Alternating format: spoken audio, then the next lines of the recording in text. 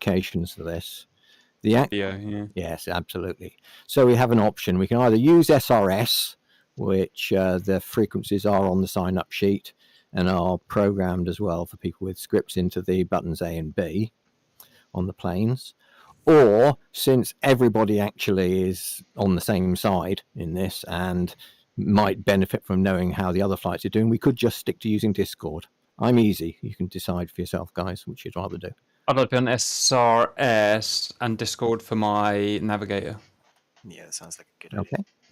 I want to distract the navigators of people actually navigating by just chit chat. Well, I don't know how the other navigators are doing it, but I have my sextant right next to me. Your sex assistant right next to you? Oh, the fuck's that? My sextant! Oh, I see. God damn it, Cap, and your gutter brain. Embarrassing for me. That's racism against aquatic animals. Agreed. Exactly. Well, I was relying on Lorenzo for my navigator, but he hasn't turned up. That doesn't work well. Takes you to the food cupboard. Right, I'm going to check if my Mozzie controls have unbound themselves for the third time. Yeah, I need to do that too. That will be a bit sweary. Right, and Cap, do you have the sign-up sheet? And there's also a presentation as well with the full briefing on. Yeah, I'm just going to quickly check some NDCS, and then we will be off. Which document do you want to start with, Artie? Probably best to start with the sign-up sheet, then drop into the full brief, and maybe then do the flight members. Right. Okay, stand by, guys. In fact, I don't really need to stand by. We can actually get on with it. Let me just load this. Just need to get some water, guys. BRB.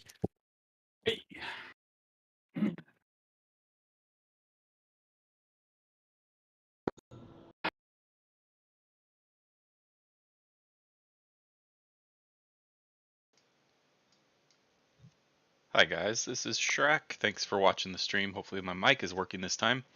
Today we're doing Operation Jericho, which occurred February 18th, 1944. We'll get the briefing here in a minute when Cap comes back.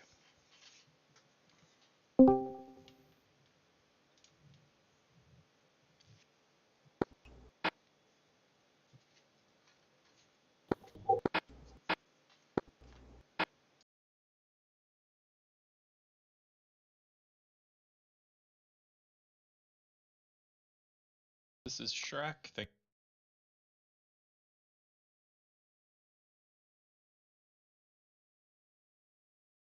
one quick question on the fuel on the Mozzie. Yeah. Okay, so the fuel cock for the wing tanks is the one that's got to be turned horizontal and then vertical once we hit the coast, no? And not quite. The fuel cocks will be in the outer position, and on the cocks there is a white side, which is actually the pointer. So they will be pointing outwards initially. When you get to the coast and switch to internal tanks, you rotate them completely round so that they both are pointing inwards. Right. Directly up switches them off. You ready, Artie? Yeah. Hello, valued viewers. I hope you're all doing very well, and welcome to probably the most famous mission that the Mosquito fighter bombers performed in World War II. We've been waiting for it since the Mosquito was released in DTS, and here it is, Operation Jericho in MilSim format. Artie, send. Right, everybody. On the 18th of February 1944, Mosquitoes of 140 Wing of RAF 2nd Tactical Air Force, led by Group Captain Percy Charles Pickard, flew a low-level precision bombing attack on Amiens prison. The freeing prisoners, 12 of whom were on death row, due to be executed the following day. Of the 717 French resistance and political prisoners, 72 were injured during the raid, 102 were killed. How many actually escaped is the subject of huge debate, and there's also huge conspiracy theory surrounding this raid, none of which I intend to go into here. 140 Wing of RAF 2nd Tactical Air Force was based at RAF Hunston in Hertfordshire, north of London, and was selected to carry out the raid using Mosquito Mark 6s. The wing comprised 18 Mosquitoes from number 464 Squadron Royal Australian Air Force, number 487 Squadron Royal New Zealand Air Force, and number 21 Squadron RAF. The raid on the Amiens prison has been done many times in DCS missions and videos. DCS Mosquito module itself includes a version of the mission, albeit a bit of a strange high-level pedestrian flight. And the Grim Reapers produced a video back in February 2021, a year ago, using IL-2 with a 20 set of Mosquitoes. That, if you haven't seen it, is an exceptionally good video, an exceptionally well-designed mission. It's great. So, needed something different for this version, so we said, let's do it milsim. So we'll be keeping as accurately to the route and timing and weather of the actual mission as possible within DCS. It's probably best if we now switch to the full presentation. Stand by. Just get my full screen. Okay, I'm just working how I go up and down pages, so just bear with me. Page up, page down. Right, send Artie. Okay, right. Well, if you go to the next slide, Cap, the original brief we have reproduced here, just in part for its interest's sake. This was a signal to 140 Wing, which is at RAF Huntston, as we've said. If you go on to the next page. Cap, there we go. Okay. And this is the information they were actually told. And it was Mosquitoes of 140 Airfield are to attack the prison at Amiens in an attempt to assist 120 prisoners to escape. These prisoners are French patriots condemned to death for assisting the Allies. The air attack is only part of the plan, as other assistance will be on hand at the time. The other assistance being the French resistance, who were going to help the prisoners, once they got out, escape. We could probably skip the next bit and go on to the next sheet. Done. Okay, right. So the bomb loads were 2 500-pound bombs carried internally with a time delay of 11 seconds. And the other aircraft had 2 500-pound, they were actually two 500-pound SAP fused 11-second bombs. The time delays are going to become evident as to why they're there in a little while. So it was divided into two main attacks. The first attack, 6 Mosquitoes, the intention to break the outer wall in at least 2 places. The leading 3 aircraft to attack the eastern wall of the prison using the main road from Albert in as a lead-in. The second section of 3 aircraft would break away to the right so that they come in and attack the wall from the north on a north-south run. So that would be about 30 seconds after the initial attack on the eastern wall. Next page, please. Done. Okay, the second attack was again 6 Mosquitoes.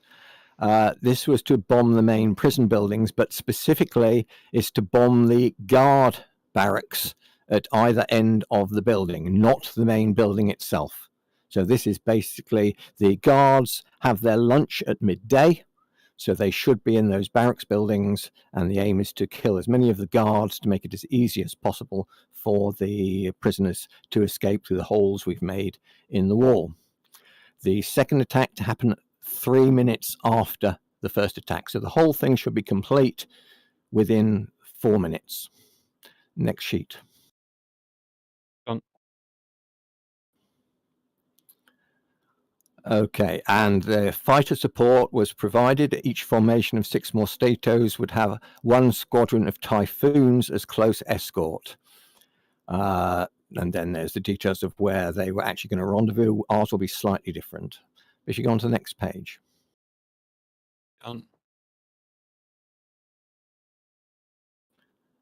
Okay, and this page basically tells us what the flight names were. The first attack was Dipeg. Don't know where that name came from.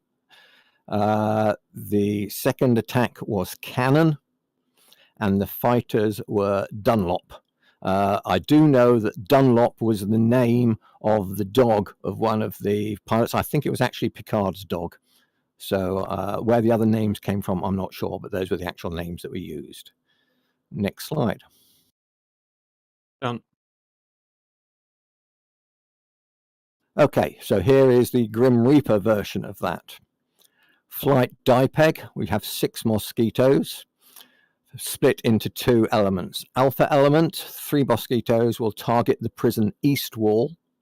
Bravo, 3 mosquitoes will target the prison north wall. The base we are using for the mosquitoes is East Church, because we don't have Hunston on any of the DCS maps. This is the closest we can get in direction and distance to Hunston. So the roll time for DIPEG flight will be 11:03, and at the side of the runway you'll see a marshal in a van who will issue a green flare at your roll time.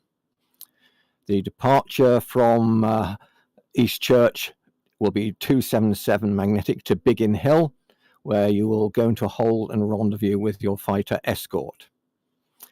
DIPEG's hack time, the time at which you leave the hold at Biggin, is 11:17:20, at which point you will proceed 181 magnetic and 230 knots to Beachy Head, and the full detail of the route will be following shortly. Next slide. Done. Okay, flight cannon, again 6 mosquitoes, split into 2 elements. Alpha element is 3 mosquitoes targeting the prison east guardhouse.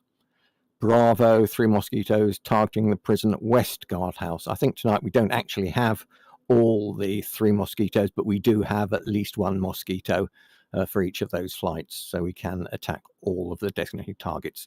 Again, same takeoff from East Church. The roll time is 3 minutes later as per the original mission. So the roll time is 11:06. And again, you'll have the marshal will issue with a green flare at that time. Departure is exactly the same. The route is the same for both DIPEG and for cannon. It's 277 to begin rendezvous with your fighter escort on the hold. The hack time for cannon flight is 11:20:20, exactly 3 minutes after that of DIPEG flight. And again, the same 181 magnetic towards Beachy Head and follow the route as detailed. Okay, next slide. Is that, did it work? Is that the next slide? No, do it, No, press sorry. it again. Yeah, just cut all this out. A couple of them you need to click twice. Done. There we go. And this is just looking at the fighter escorts. We have flight Dunlop DIPEG to escort flight DIPEG, P-51s, P-47s. I think we've got some TF-51s in there as well. And flight Dunlop Cannon, escorting flight Cannon. They are based at Biggin Hill. So you want to roll roughly around about 11:05. But basically you need to get there to meet your appropriate strike flight. And the hack times are for the fighters are the hack time of their corresponding strike flight. So Dunlop DIPEG's hack time is 11:17:20. Cannon's hack time, Cannon DIPEG is Dunlop Cannon is 11:20:20. And the instructions are for the fighters: close escort your corresponding strike flight and engage any confirmed threats to the strike flight. Next page.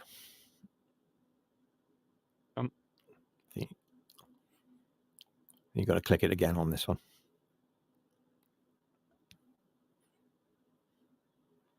Okay, now then, some words about the Mosquito itself for power settings. The route speed is 275 miles per hour, which is 230 knots. That's to make it fairly easy to calculate the timing for the mission. The route altitude, the first leg of the route, which was from Biggin to Beachy Head, 800 feet. That's just to keep a steady altitude so you're not bouncing up and down the terrain.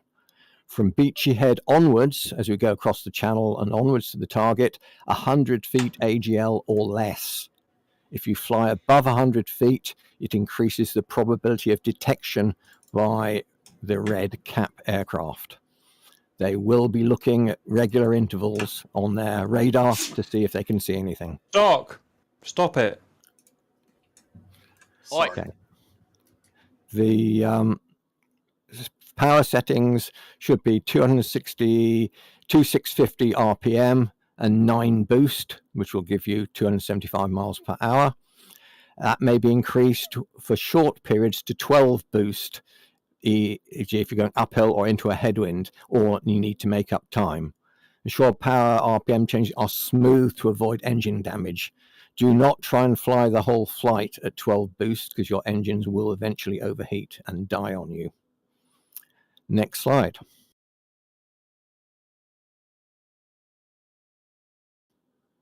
Oh, and another double click one. Okay, we are using the same timer function that we used back for the 6-Day War campaign. So on the comms menu, F10 other will show you this menu, which is F1 to toggle the time display. All pilots should do that F1 toggle while they're on the ground before they take off. You all need to see the actual time display, which is shown sort of next to it there on the screen. F2 on that should be done by the flight leads only, or the element leads rather, and that is the hack. So you'll do that at your designated hack time. And it doesn't matter where you are, you hack at the specified time. The F3 option there is a rehack, which will in one sort of key press will reset the hack timer to 0 and start it again. That's done actually because on the egress I'm specifying a rehack just to make it easier to keep track of where you are. Next slide.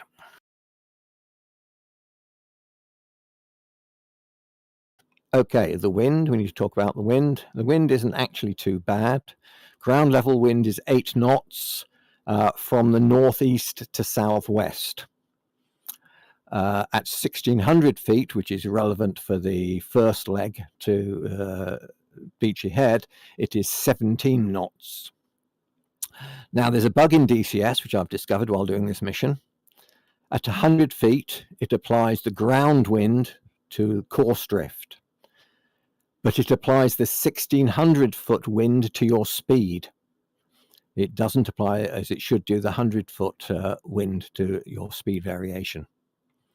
So for 275 miles an hour, 230 knots route speed, let's assume 4 nautical miles per minute is the speed we're flying at. It's close enough. It's not actually that, but it's pretty close.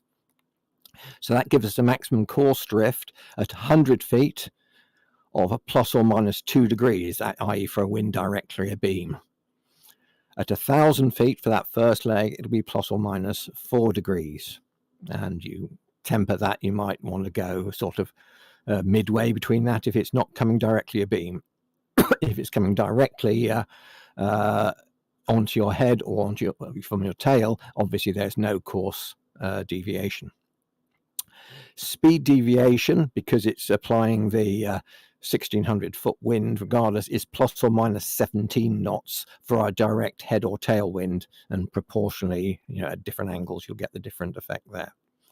So the important thing to realize there is that we do have a leg which is directly into the wind, as you'll see in a bit.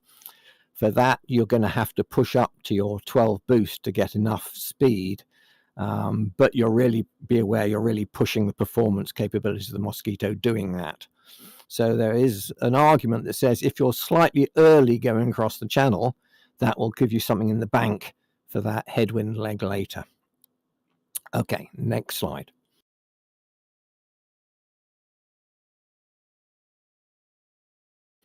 Target information. So this is a plan view of the target area. DIPEG Alpha will be coming in on the right-hand side down the road.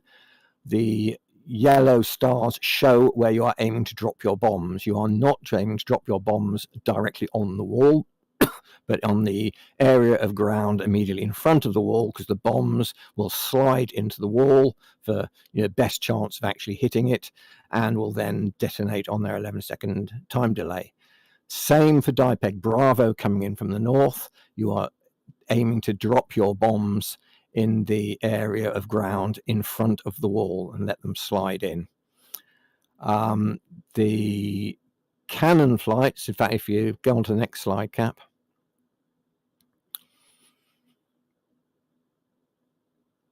Oh, sorry, that's just a visual view of the prison there. So that's looking from the north. So you can see the wall there in front of you, and you can see the area of ground. Right, and this is the target info for cannon. Again, cannon, you are trying to drop your bombs within the courtyard of the building so that they slide into the guardhouses on the extreme ends of the building. Do not hit the building itself. You can actually do a direct hit if you want, but it's safer to drop them into the courtyard. Okay, next slide.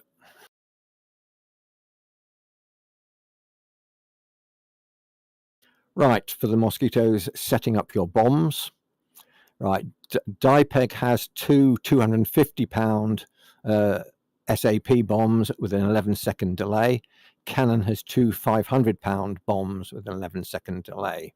The bombs are carried internally. There are no wing bombs here. To set them up, you set your master bomb switch on. You select on your internal bombs 3 and 4, but do not set the arm switches. Leave them off. If you set them on, the bombs will detonate the minute they impact the ground, and you don't want that to happen. And the other vital point is remember to open the bomb doors at the IP, and in fact shut them after the target as well. It's easy to forget. Next slide.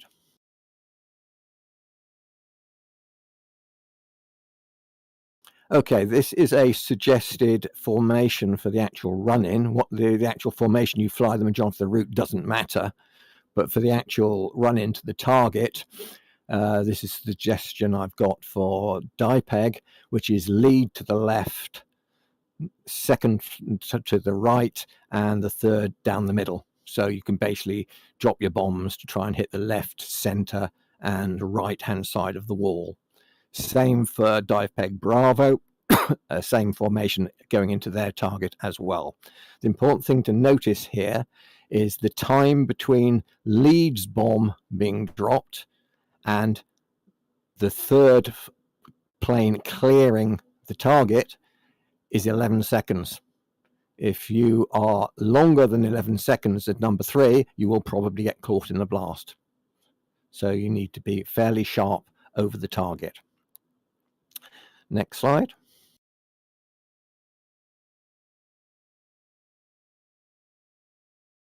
Okay, and this is suggestion for cannon. Again, it's fairly straightforward. This time, because they're essentially pinpoint targets and each member of the flight element has got the same target, it's basically trail formation, all dropping your bombs onto the same point. But the same applies here, that you need to complete the attack between lead and the third plane, if you've got a third plane, within 11 seconds.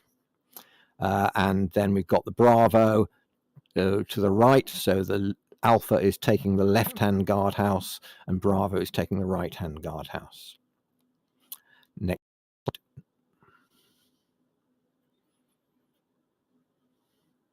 Okay, overview of the route. We'll have a look at each leg in more detail in a moment, but basically taking off up the Northam East Church for the Mozzies, ferrying across to Biggin Hill, where you'll enter a hold over the Biggin Hill airfield until your hack time. That flight's about 9 minutes. Then from Biggin at your hack time, you fly south to Beachy Head, which you can fly at 800 feet, which means you're not bouncing up and down over terrain. You're keeping it nice and steady, which keeps the time keeping easier. You then drop to 100 feet across the channel, 100 feet or less across the channel. Visibility is not great, but basically there are a couple of ships on the way there to help you out. When you get to the French coast, you then are following a couple of valleys and other waypoints, swing up north through Étoile. There's a red mark there at Étoile, which is where the site of a earlier raid, which has left a smoke plume, so that will make that point quite easy to see. It then goes north up to Doulon, That is a subterfuge, as per the original mission, to confuse any Germans that see you coming as to where you're actually going. From Doullens, you turn down to Albert, and then turn again on the run into Amiens, following the main road from Albert to Amiens, basically, as you go down. The return route is basically very similar. You'll fly back to Étoile, follow the same route back to the coast, and then a slightly different route over the channel, which gives you the shortest route, if you like, back to your base at Eastchurch, or in fact, you can divert to any of those southern England air bases if you need to. The fighters, I have got taking that same route, but then diverting off back to Biggin, or if they wish, you can land at Eastchurch. It's either way is fairly easy. But you see the wind is there marked, so that on the crossing of the channel, you have the wind directly abeam. Okay, next slide.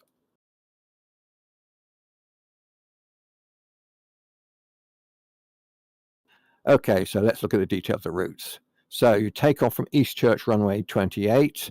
It's an adequate runway. It is not long. It's long enough, but there's not a lot to spare there.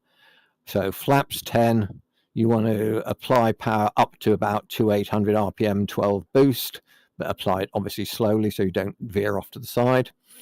Get airborne and then fly 277 magnetic. 260 miles an hour is good to get to the Biggin Hill hold. There's a comms tower at 2 miles heading 277 from the end of the runway to help you on that course. On that very first leg, the first thing to do is align your directional gyro to the magnetic compass, and you can cheat if you so feel inclined, because the magnetic compass on the Mosquito is extremely hard to use and read. If you use the Control Y cheat bar, that will give you your true heading, and your magnetic heading is true heading plus 12 degrees. So you can align your directional gyro to that true heading plus 12 degrees. Also check your altimeter and adjust. Again, you can use the altitude from that cheat bar to do that. And extremely important, make sure your pitot heat is switched on. That's on your right-hand side switch panel. If you don't do that, your pitot will freeze during the mission and you'll lose your airspeed indication. And repeat those checks whenever the opportunity arises, because compasses do drift. Next slide.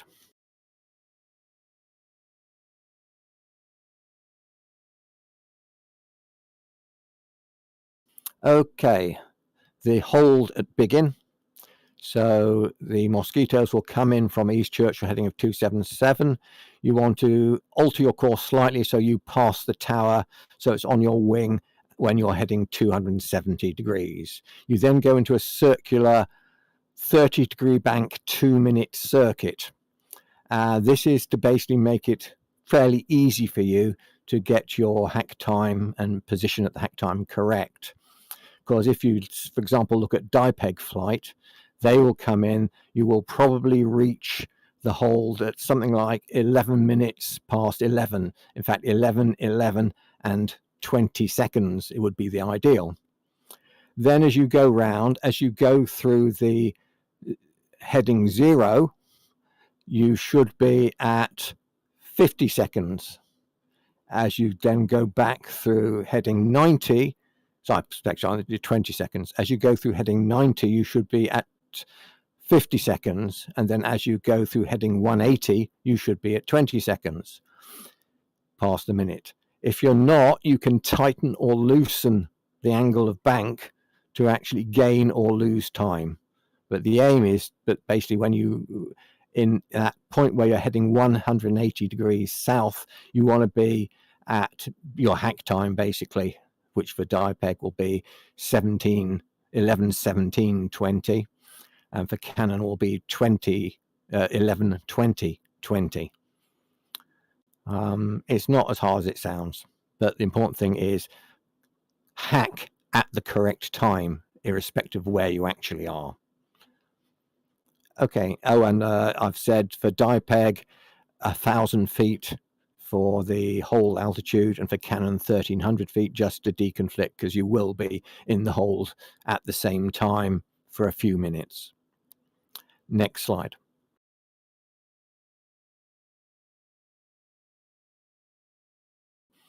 Okay, here's the route proper then. So this is the first leg, which is Biggin to Beachy Head. You've got a nice progress check there at 4 minutes 20 seconds, which is the Crowborough Power Station. And basically 230 knots, which is 275 miles an hour, 181 wind corrected. You're going to be up high at 800 feet, so you're probably going to be experiencing a 4-degree max drift. Well, it's not directly on your beam, so you're probably something like 3 degrees. So you're going to fly 3 degrees less than 181. So you're going to fly something like 178 down towards Beachy Head. Obviously, though, the general rule throughout is once you see a route marker, fly to it. Forget the compass at that point, just fly straight to it, because you know that way you're on the route. And so you should basically cross Beachy Head and head out to sea at the 9-minute mark. And it will be a fairly sharp descent down at Beachy Head, down to the 100 feet. Next slide.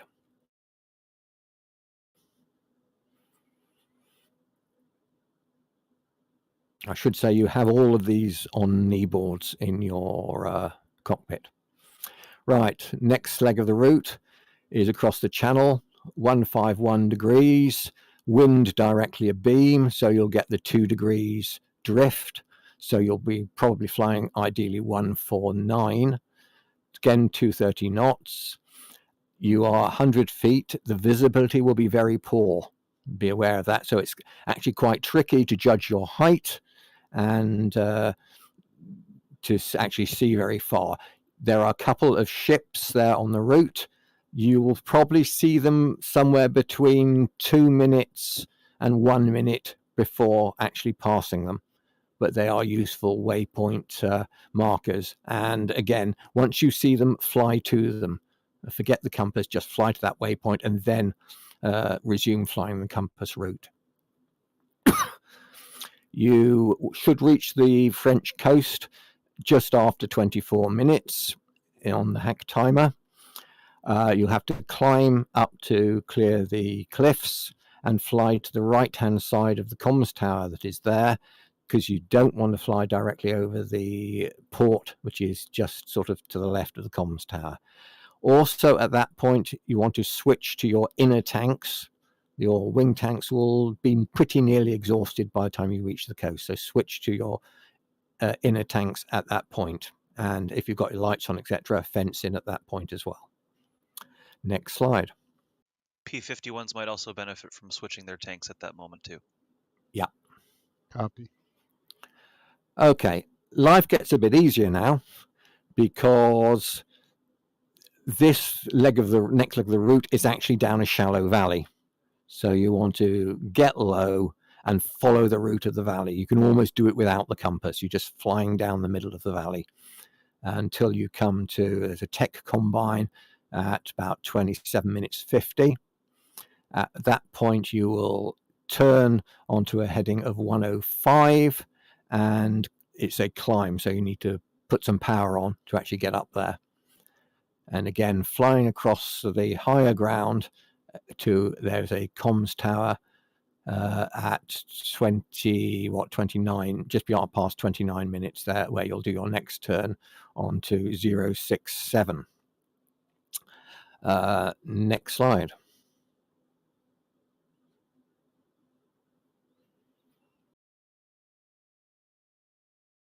Okay, this is the next leg. This leg's fairly straightforward, other than the fact that you've got a wind directly on your head. So you're going to have to up your power settings here to actually get sufficient speed to not drop behind. You will see the waypoint marker where there was the earlier raid, because it's a nice smoke plume. You can see it from as soon as you turn onto this leg of the route. You'll see it there and fly towards it.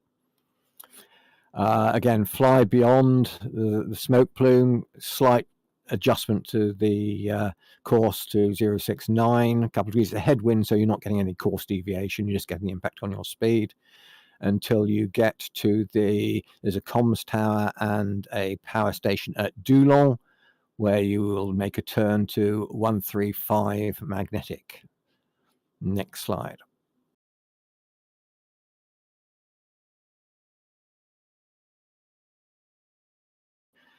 Okay, so from Doulon, 135, again, the wind is now a beam, so you're going to get a 2-degree variation, so you're actually going to want to fly 133. But because it's a beam, then it's not any impact on your speed, so you can get your power back down to save your engines. If you find that you are late, you can save some time here by at minute 39 cutting the corner. Be careful though, because once you're off this route, the route's been designed to thread you through the air defenses and use terrain masking by keeping low so those air defenses don't engage you. If you divert from the route, such as here, I can't guarantee whether or not there might be other air defenses off the main route. But you know, if you're desperately slow, then there's that they can probably gain about a minute there. But otherwise, you basically do a turn around the comms tower and the power station, which will bring you onto the route, which takes you down the main road from Albert to Amiens, which is your marker lead-in towards the prison. Be aware also, though, from about 41 minutes on your left-hand side is Amiens Luftwaffe base. And if they see you, they are quite likely to put up fighters. So just be aware, and the fighter escort in particular needs to keep an eye on that area. When you get to 42 minutes 30, that is the IP where the flights will actually split. That's at a place called Quirio. There's some lakes there. Look on the next slide.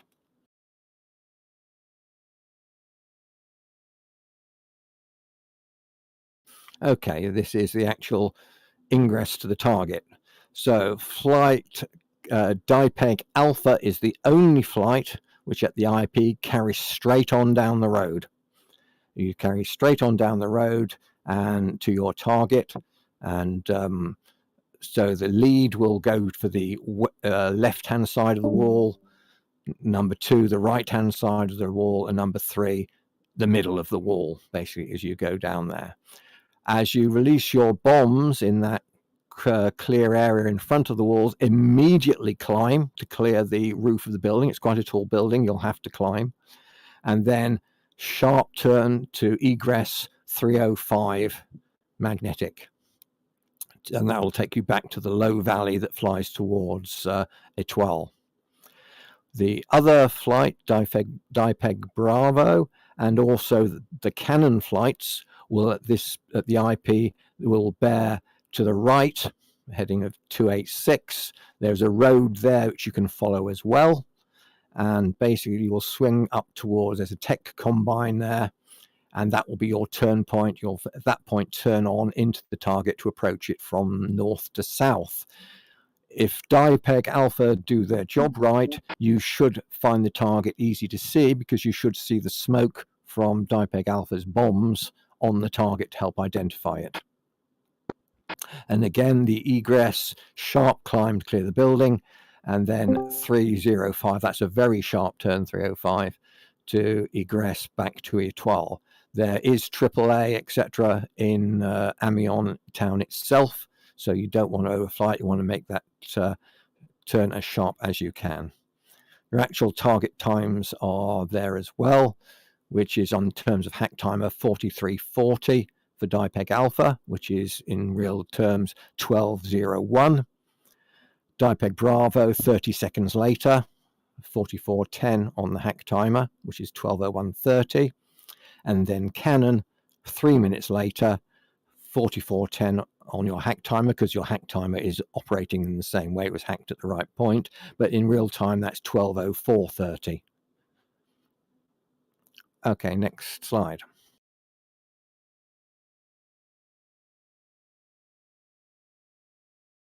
We're nearly done. Right, the egress. Less detail in a way on the egress because the timing, whatever here, is less important. The time marks here are mainly to help you find your way along the route, that you are not having to keep to a time on target anymore here. So basically, fly to Étoile. I've suggested at Étoile, the flight leads use the rehack function to reset the timer to 0. So that then, you're starting at 1 minute, 2 minutes, 3 minutes from this point back. And basically, you initially are just reversing your route back through over the high ground, through the valleys, back to the coast. Next slide.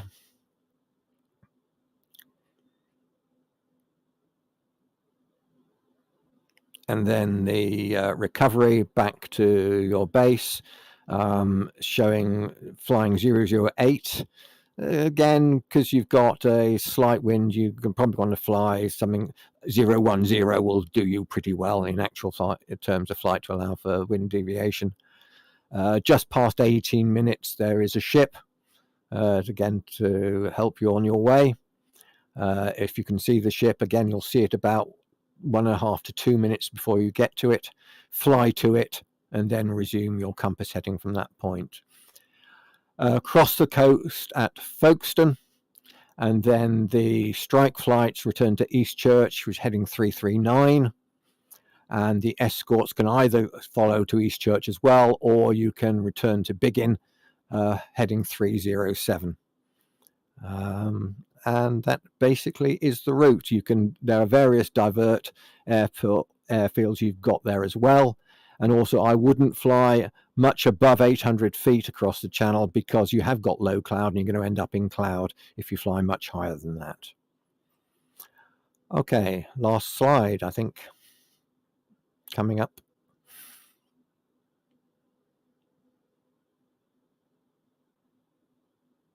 No, a couple more slides. Right.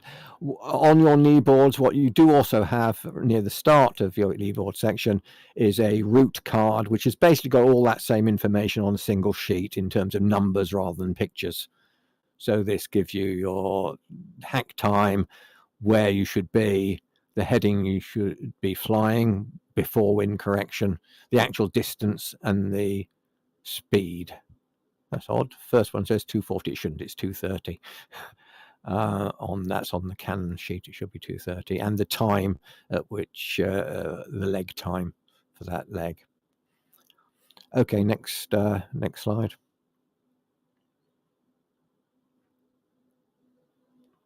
Right, so final thoughts. If unable to see a turn marker, turn on time anyway. I think, Cap, in one of your previous 6-day war missions, you experienced this. Mm-hmm.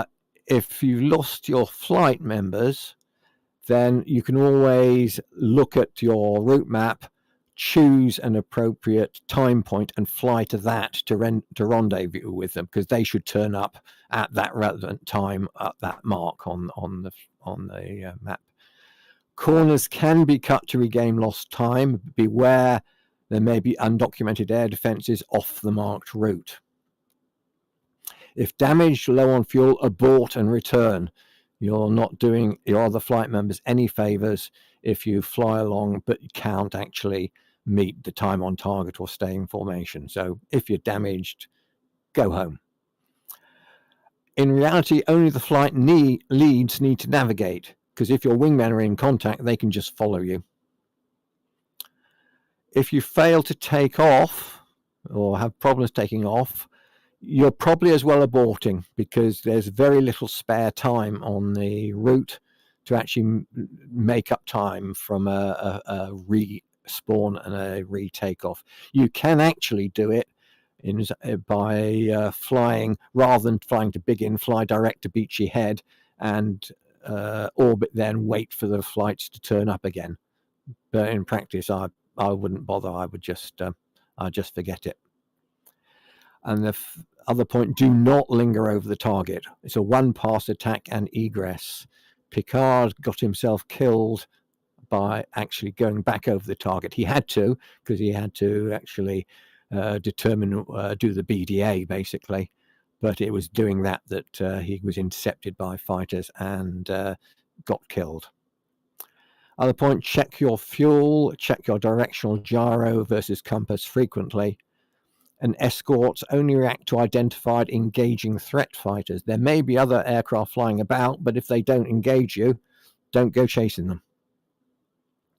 And that is the end of the presentation. Done RT. Let me go back to the original. I've got a question. Yes, shoot. What is it? A traditional 30-degree angle of bank that you have accounted for turns? Yeah, if you look on the turn indicators on your aircraft, you will see there's a mark at 30 degrees of bank, and basically any aircraft, if you fly it at 30 degrees of bank, you will do a 2-minute turn. And this applies to an airliner, it applies to a fighter jet, whatever. It all works the same way. Yes, sir. Thank you. Well done, RT. That was excellent work in terms of setting that up. Very impressive. Flights today. Dipeg. It's 464 Mosquitoes. Leader. Sock. Oh, okay. 2. Supercat with RT Navigator. Alpha 3. Cover. Dipeg. I'm guessing this is Bravo. Scale Lead. Seahorse Navigator. Bravo 2 Jigsaw. And 3, Gary with Talon navigating. Cannon, Bravo, Alpha. Artie, Mosquitoes, Space Chef, Dragon, Mosquitoes. Cannon, Bravo. Unexpected, Macabu, Mosquitoes. Escort, Dunlop, P51, Elo, Rhino, High, Whistler. We've got Brinks, and we've got Andres and Dunlop Cannon. Grunt Poo Shrack, Danny and Bypass.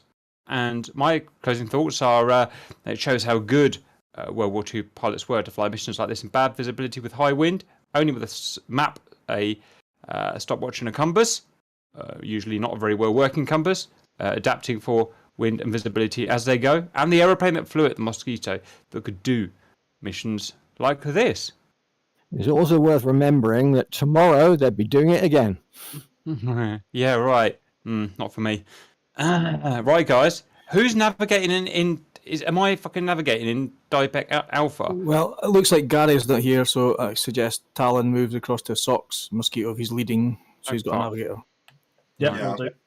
I've also got my girlfriend on standby going through the slides with There's me. no way. Yeah, there's no way you can navigate as a single pilot. It's so hard. So hard. So I've got my girlfriend going through the slides. If I could get the actual navigator to come with me to make sure that I'm on hacks and everything, that'd be good. Do that. That means don't forget, Sock, you're in control of that hack, as you probably just said. But, yeah. Yes, I will be doing the hacks. I'm just gonna need countdown from my guy. Okay. No That'd be a pressure. fun one. Yeah, no shit. Controls appear to be working. Release bomb. Do we need to know anything about fuel control? You should have sufficient fuel in the Mozzies and in the fighters. The only fuel action you need to take as a Mozzie is crossing the French coast to switch from your outer to your inner tanks. Copy. And at this altitude and speed, it burns about 2 gallons. You get 2 nautical miles per gallon. Yeah, you should get back with round about probably 25 gallons in each of your 2 inner tanks left. Banking on no bullet holes. Are we armed up, RT, already? Yes, you're all armed up. Your engines are running. You are, for the Mozzies, you are queued up in departure order, ready to go when you get the initial flare. Basically, it's single file. So get onto the runway and go, roughly 10-15 second intervals probably for Dipeg, and then Cannon Alpha onto the runway, wait for your flare, and then go. Will, of course, need to set your trim, set your flaps, etc., etc., set your gun sight, set your bombs. I set my bombs up on the ground before I fly. Up to you as to how you want to do it. Will he, from the bolts, need fuel tanks? Say again? Will the P-47s need fuel tanks? Shouldn't do, no.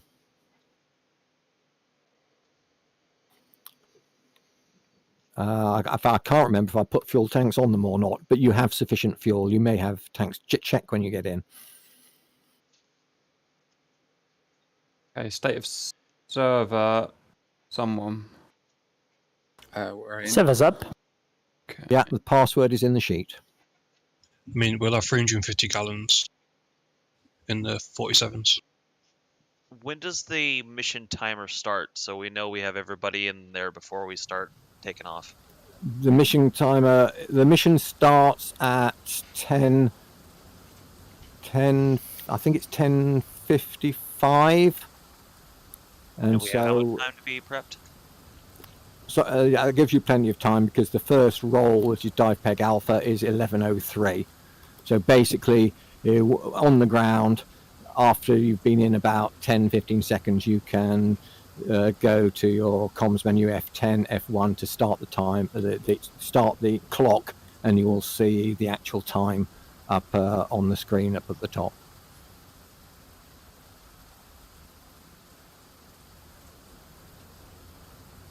Right, I am DIPEG Alpha 2. It's me there.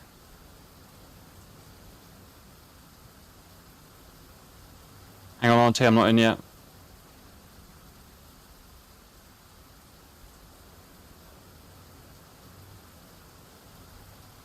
Oh, brilliant. And the weather is absolutely gorgeous, of course. So the P-51. The weather is accurate to what it was on the actual mission. Awesome. Oh, good. It'll be So- clear Now once we get into France then. Blue Auntie, skies. I'm dragging you in. Auntie, I'm dragging you to my room. So with the P-51s, what is our rules of engagement? Because as far as I know, all we're doing is flying close formation with the mosquitoes. Well, Cannon's game plan, I think what we're gonna do is stick far enough back that we can still see our flight, and we're probably just gonna have to wait and see whether or not a hostile plane comes in to try and strafe them from the rear, and in that case we can see them and come in for the fight. Or, better yet, maybe the enemy fighters will attack our fighters, and the bombers can continue on their track. Artie said in the briefing, only engage if they're engaging you. So if you see them, don't go chasing them because it might trigger them onto the bombers. Just try and stay low and sneak through. But if they come at you, you got to Loud and clear, engage. 125. Yep, that's why I said that's my game plan. See whether or not they're going to actually attack them first. If so, we can start getting onto them. So We'll be able to see it defense happen. 135 check. Got you, Lima Charlie on 135. 243 check. 505. Oh, I've already just blown up spawning on the field. That's a great start. Shrack checking in 1 through 5. What was that? Let's try that again. And that's twice in a row. 135 bypass Blown comms up. check. I'm not doing that again. Lima Charlie.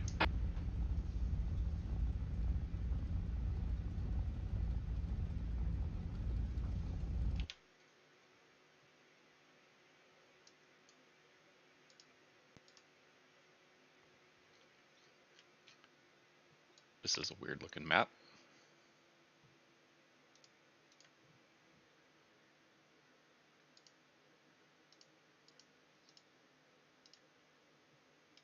Okay, so we're Biggin Hill. And so begin the problems.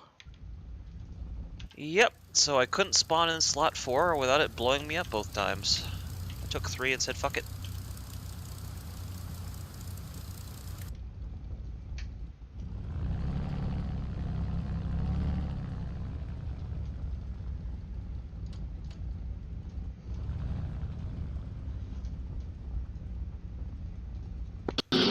Everybody remember to toggle your time.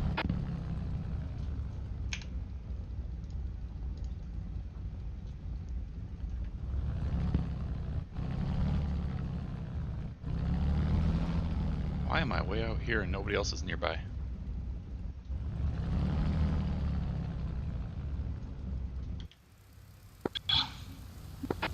Bypass you on comms. Mosquitoes look like they have, not the mosquitoes, the Bypass here, Mustangs look like 135. they have fuselage tanks fueled up as well, just be aware.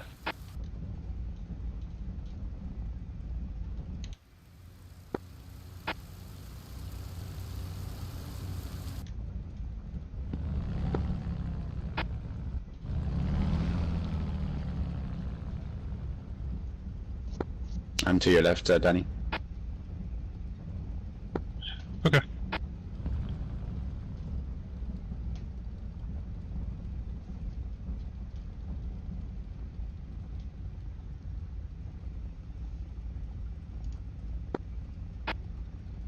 So I'm on 135 pretty much. We shouldn't need a fuel tank in the 47s.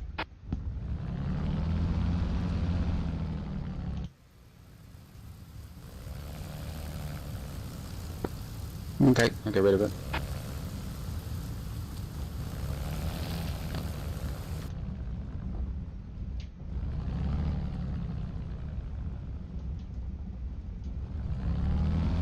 I'm gonna taxi out.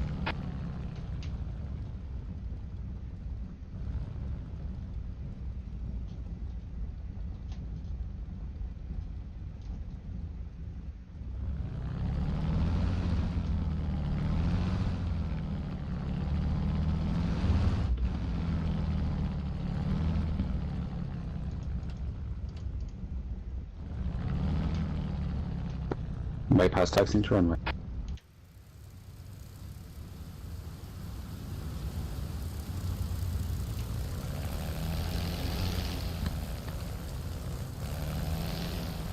Done like cannon flight, check in.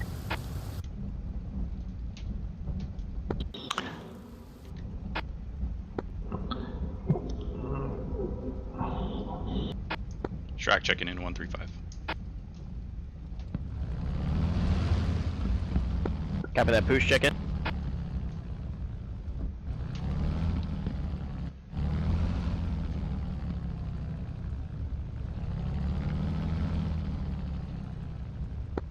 Push, Gruntmeister, radio check.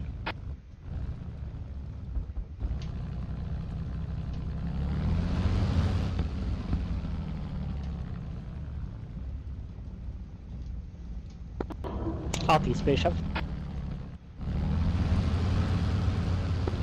Push, Gruntmeister, radio check. This push got you on 125. 135, sorry. Copy that, both of you ready to go? Shrack set. Push is up. Cannon Alpha lead, Grump, this is Shrack, 2. which one are you? Lead is just now taxiing out towards the runway. Winnipeg Alpha, you should get your Copy, I'm flare sitting on in the about 60 seconds, just let.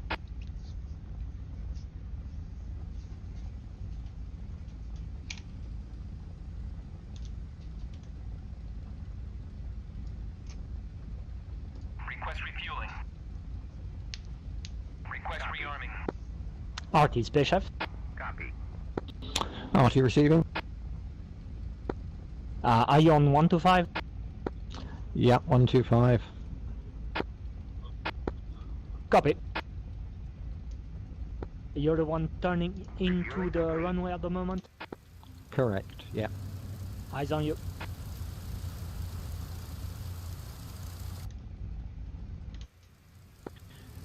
Actually, are we missing a die peg? There's green flare.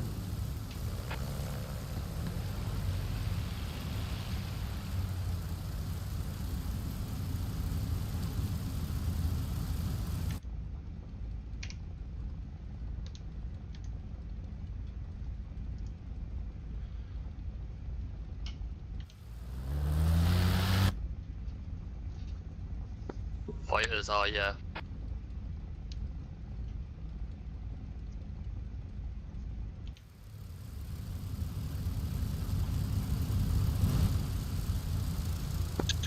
Bypass, make sure you've got your piso held. Die peg Bravo can go.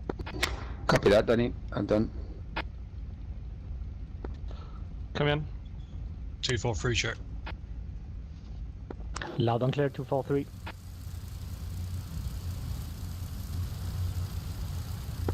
Dunlop cannon lead is going to be echelon right, 4th row back.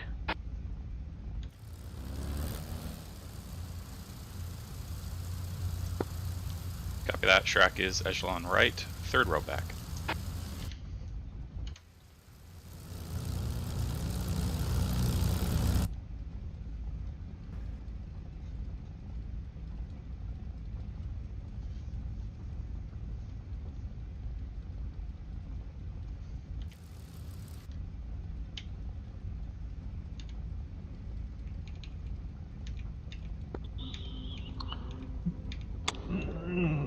Do we have a die peg still on the runway?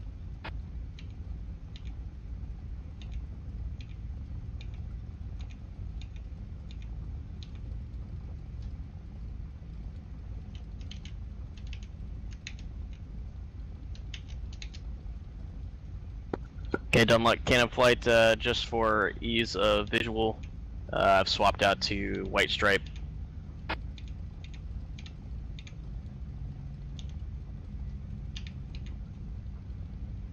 Shrack copies.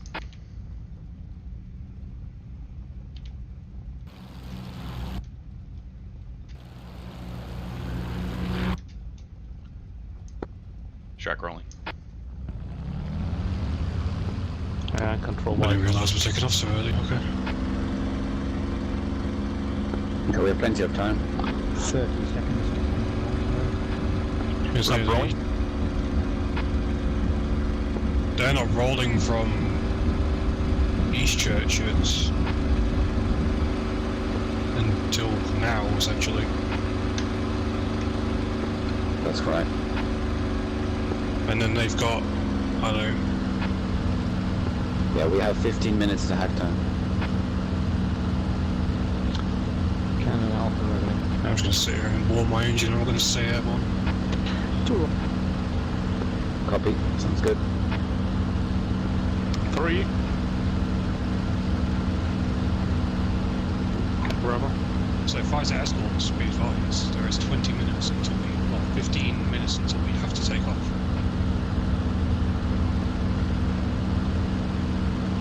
Well, correction. 14 minutes until we have to hold the pilot. So I'm getting that bug again where I'm getting a black screen. I can't fly this.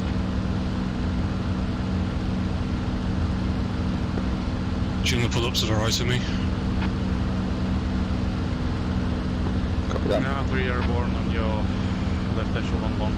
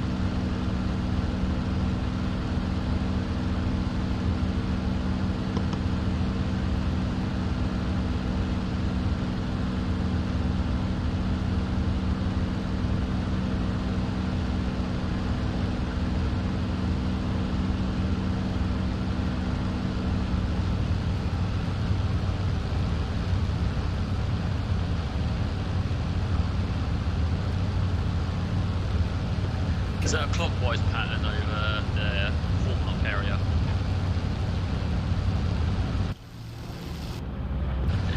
Yes, clockwise. Yes, it's a right turn. Yeah, someone's doing that. Try and get back in, and hopefully that black screen bug doesn't happen again.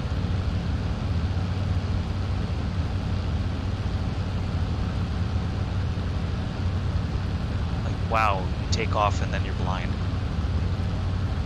Okay, I have a P-51 in front of me. If you're in a clockwise orbit right now, can you give me a little wing waggle, see who you are?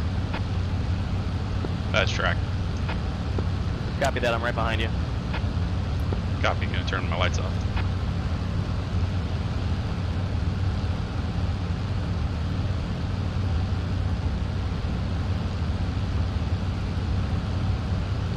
Grump's gonna cut him to the right side to take over.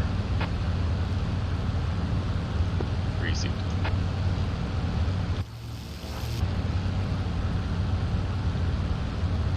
Tally.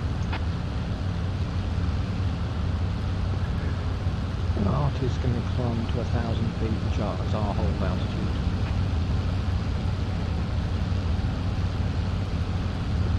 Tanner Bravo copies. 2 copy.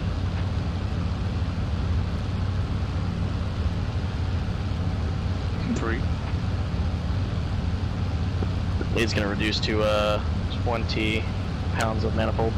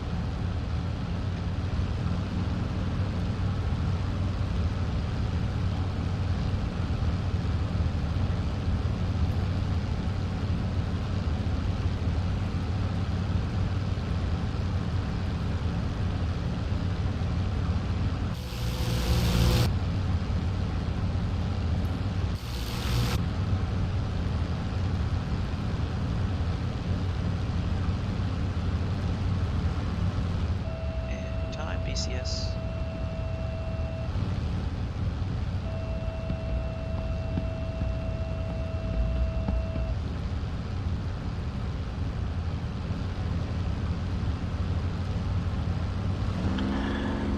Charlie, Biggin Hill, mast in the distance on the horizon.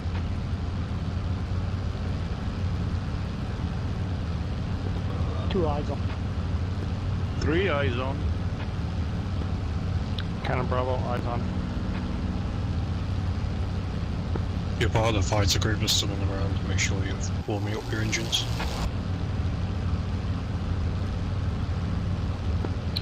Copy, temperatures look okay for now. I'll go tell you the nerds are on the ground.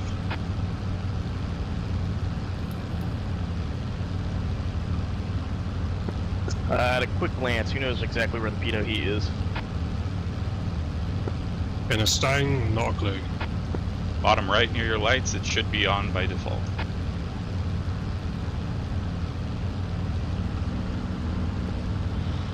Correction, cannon's hold altitude is 30,000 feet, not 1,000 feet, so times 30.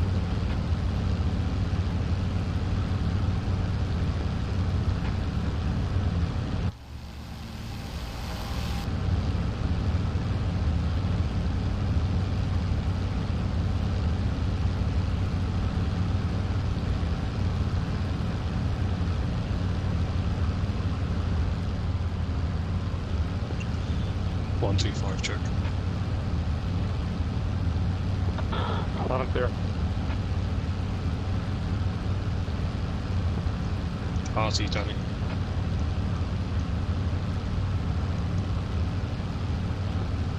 Receiving.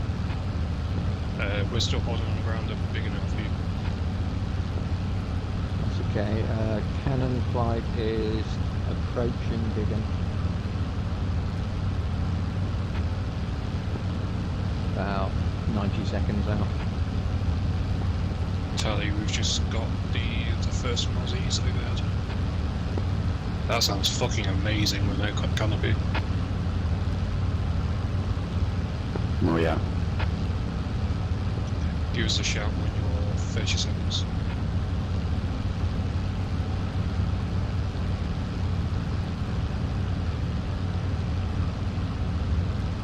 Okay, so we're just holding here and flying around this tower, aiming for 1,300 feet. I'm at 1,200.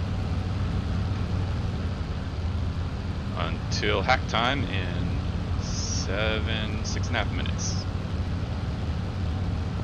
RT Cap, Yes, Cap. the magnetic headings on the kneeboard So skids, rolling have with they sweater. taken into account wind or are they pre-wind? They are pre-wind. You need to apply Copy. operation Ready. to them. I hate you so much, okay? Cap is hilarious. Cannon is at Biggin, entering the hold.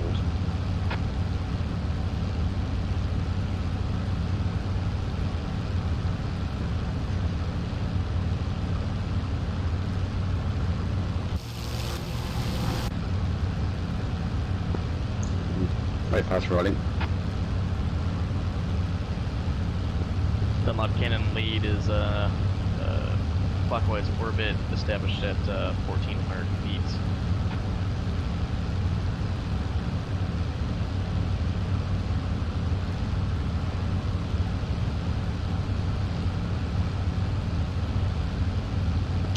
Two's inside the turn to rig.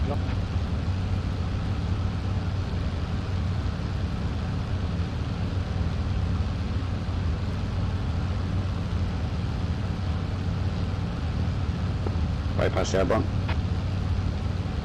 Time is airborne.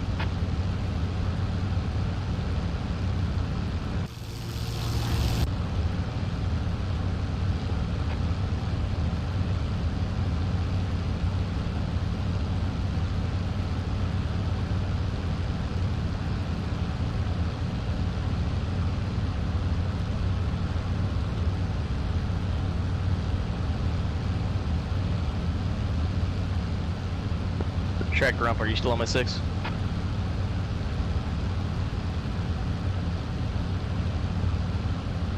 Track still on your 6, yeah. Copy that. We're gonna cut this turn a little bit so we can join up with Dunlop actual. Copy that. Correction, cannon actual. Meant what you know. This is gonna be so confusing. We're about 10 seconds early, so I'm slightly... Danny, are you clockwise or anti-clockwise around the angle the tower? We're all flying clockwise. Clockwise, copy. I think. RT, have you got someone in right echelon with you, RT? That would be Fisher. I'm Yeah, I do. inside of the turn to catch up. Copy, you've got eyes on you, gonna fall on your right wing, and bottom up behind and to your right. Copy.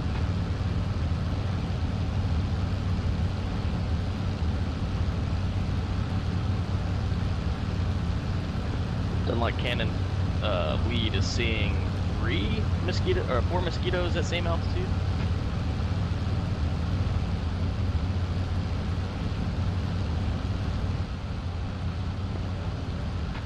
Yeah, I think we've got one of the dive pegs with us. Right. I'm gonna take over. Well, if Copy, I see you've got someone with right echelon with you, super close, that's I'm following them. Grump Shrack, Yeah, we've you got a descended to BC on a 1,000. group of 3 and 1 straggler and a cannon. Yeah, I'm and a tracking Bravo that. We've got to 4 Smith mosquitoes right that are now. down up to 1,000, so I'm trying to figure out what the hell's going on here. There's only 300 feet separation. Yep. But they're all co-out. I'll check Bravo 2. RT, have you got someone in right echelon with you, super close?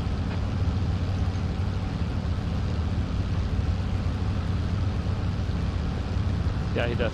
Negative. We are week 3 with RT.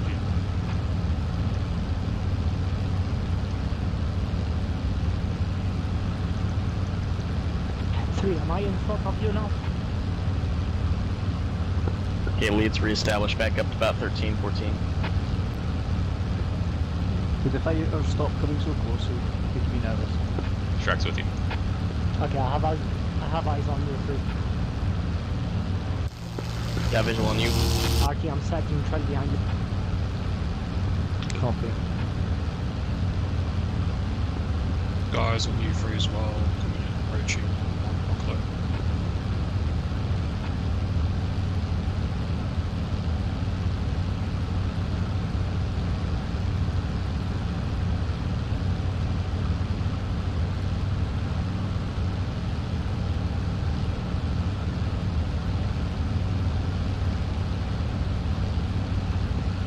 Minute to hack.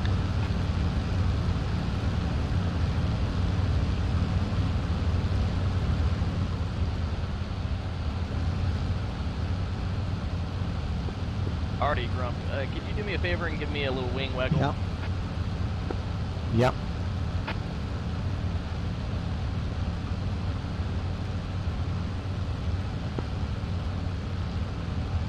Say again, Grump. Can you ident with a wing wag? Tally. Okay, got visual on you. Main trailing echelon right. Danny, do you have your lights on? 3, I see you again, bit in front of me. I'll stay on Copy, I'm on your left wing. Okay, lead has his eyes glued to RD. Not gonna lose him. Cannon Alpha has fact. Cannon Alpha departing hold. Heading 178 probably.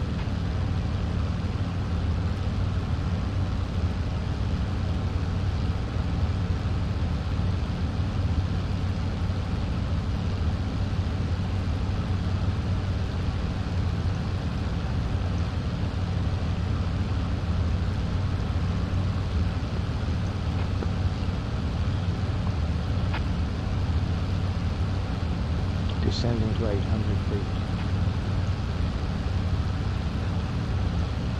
Unlock cannon lead is descending.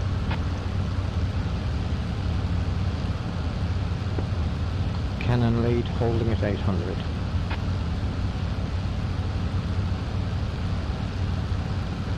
So you got 2 full doors, trailing your pause right echelon, about a mile behind.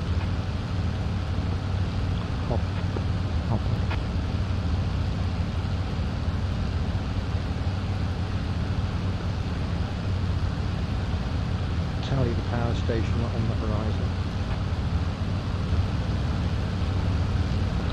Bravo lead, visual.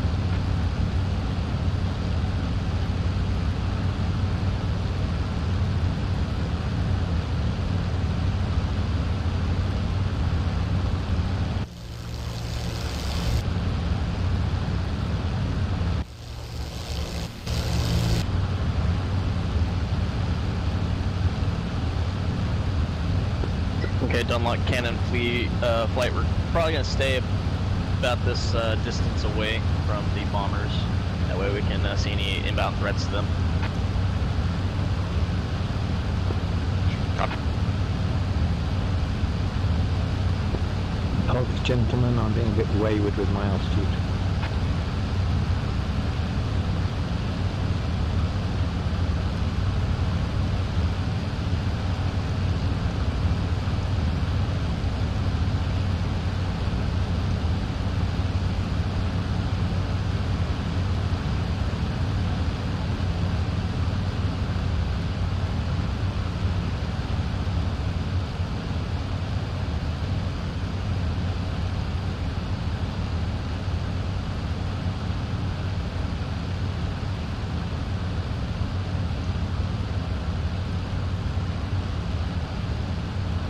You're still back there, bypass? Copy that, I'm slightly behind you, catching up. Copy, I'm gonna fence in.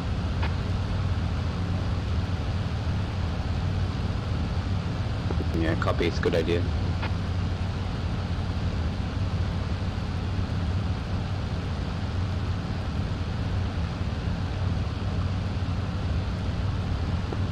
For identification purposes, Dunlop Cannon lead is going to remain fenced in until we hit the coast.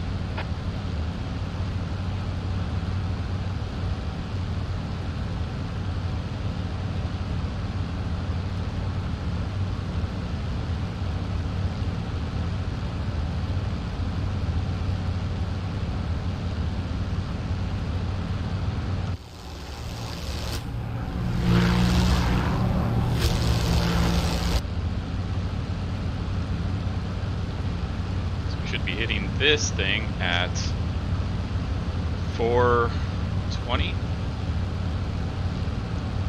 We're right on hack, almost.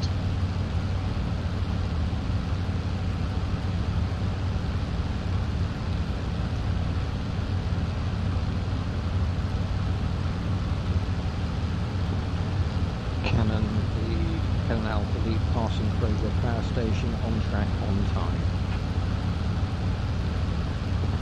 Probably 5 seconds behind.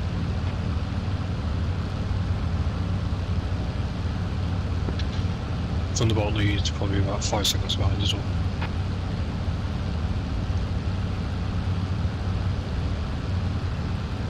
Mustang lead is about 10 seconds behind. I'm a bit fast, I'm slowing back to 230. It's fine. I'm trying to guess what your speed is, so I can only get MPH in the Thunderbolt. It's supposed to be 181 mag.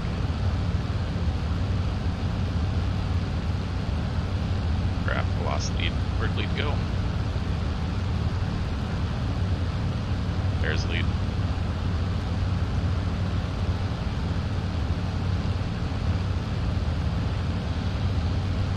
Showing 170, 10 degrees off.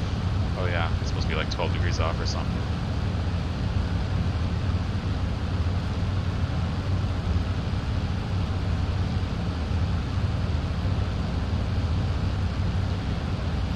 And this HSI doesn't turn, the needle turns, that's confusing. Guess it's what you're used to.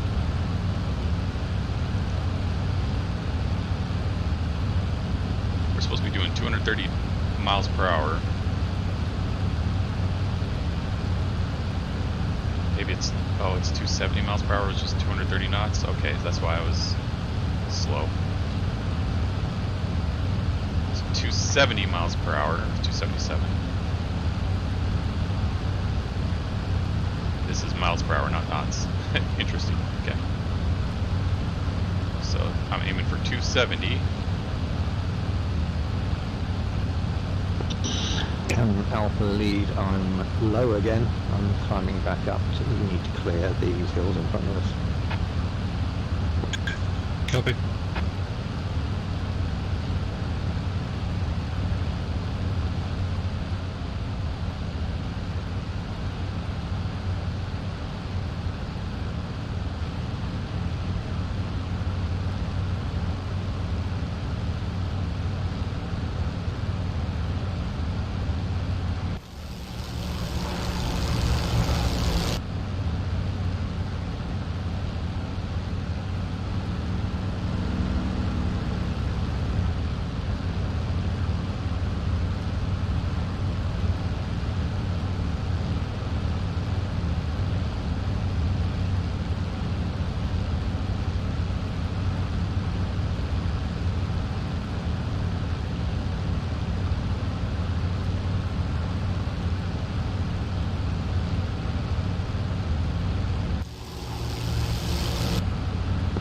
Boosh, Grump, what's your status? Yeah, I'm in trail. Oh yeah, copy, got you visual now. Alpha lead, tally, comms tower and power station, gonna split straight down the middle of them.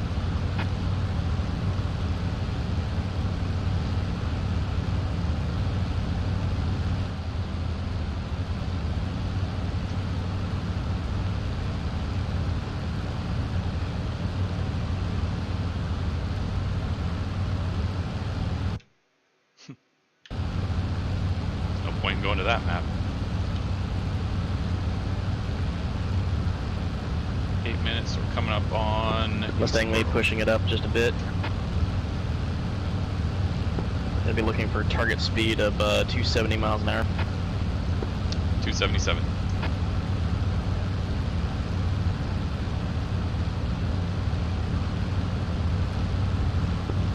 Thunderbolt is pushing about 280 miles per hour and just keeping up. Lead turning to 148. 151 wind corrected.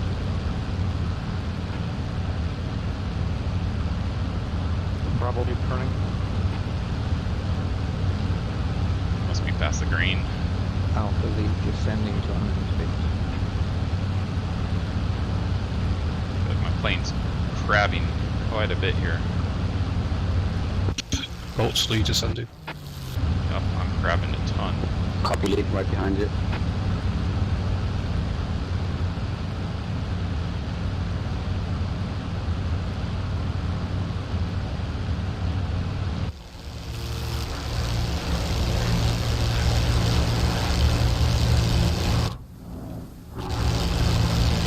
Mustang lead is going to cut just to the left of the factory and begin descending after. 3, I'm taking over on your right.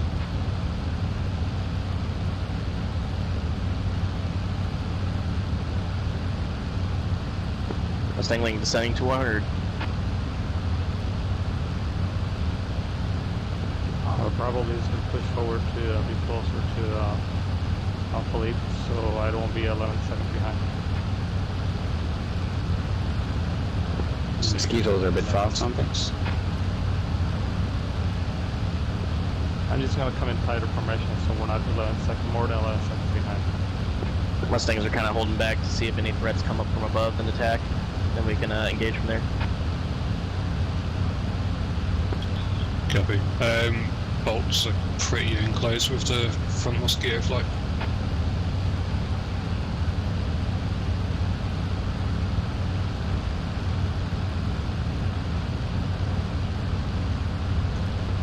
RT, what indicator do you do? I'm doing 275, 280 miles per hour.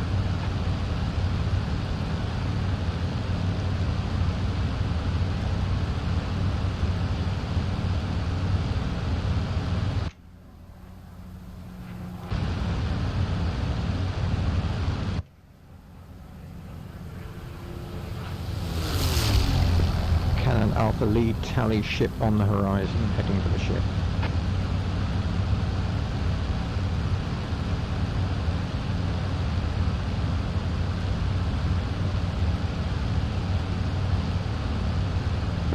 Attacking for this thing's We should pass it at Shrack fire for this thing's going to sound awesome.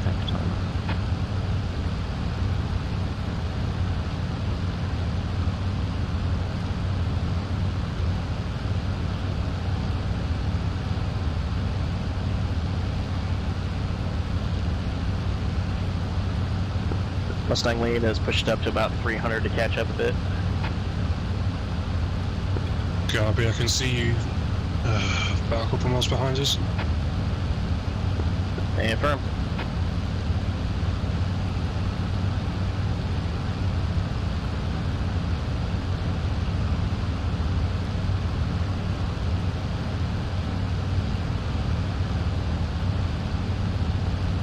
Mustang behind Alpha flight. Mosquito very close, right there. She has a Mustang rejoin from the right side from you guys. Probably has the border side. Feel like a speedboat. So low. Skipping off the water. Mustang echelon right, identify.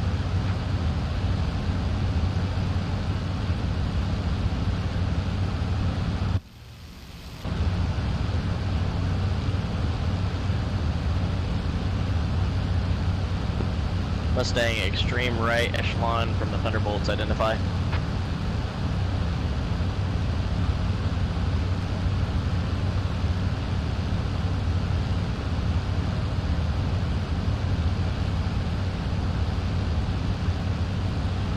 It's a ship.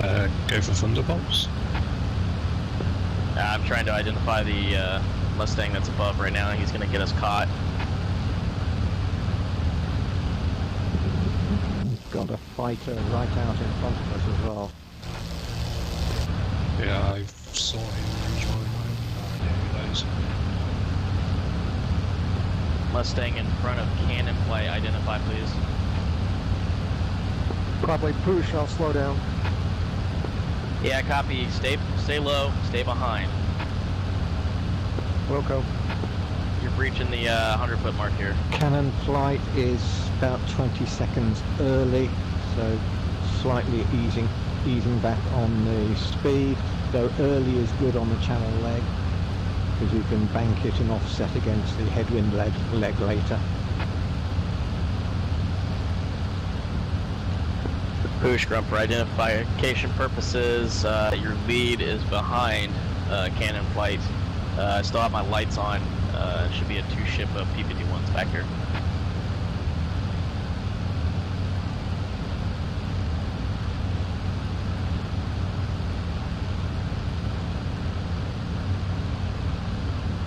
Starting to see the coastline.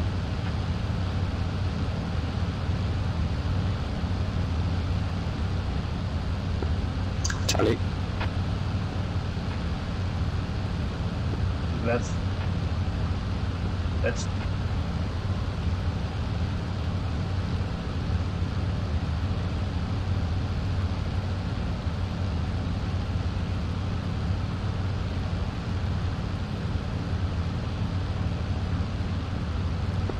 What we need now is some 633 Squadron theme song.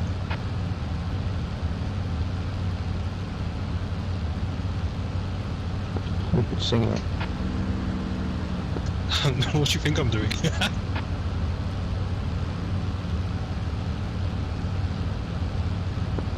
Thanks for the stable flying lead. It's very easy to follow you.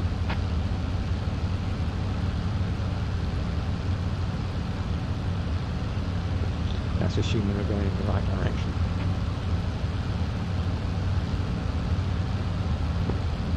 I trust in you. You probably.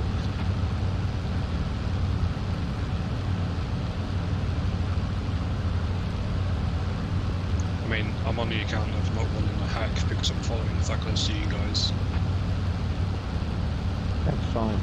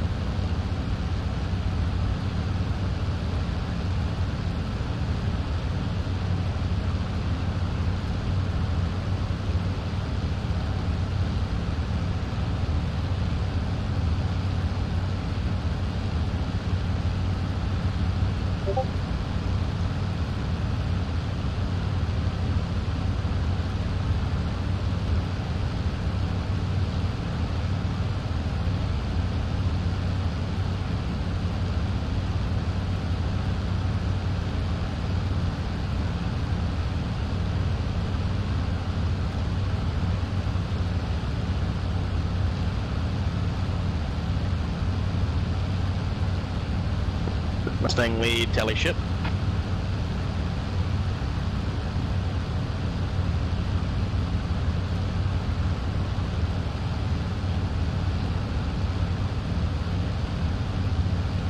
I don't see a ship.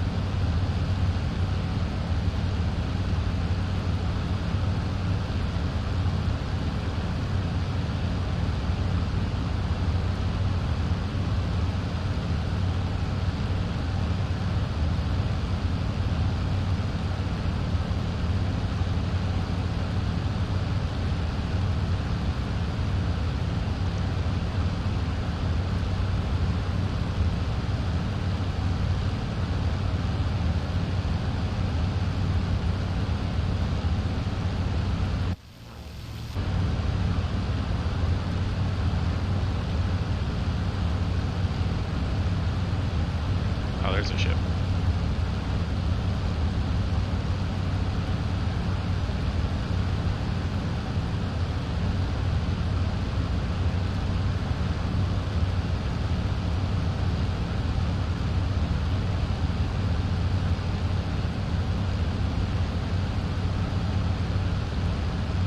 God, don't go too high. Bravo lead has visual on unexposed. Cannon Alpha lead has visual on the ship.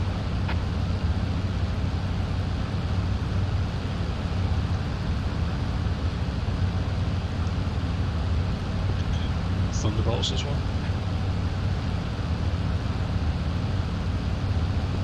Mustangs have visual. Alpha 3, Italy, ship ahead.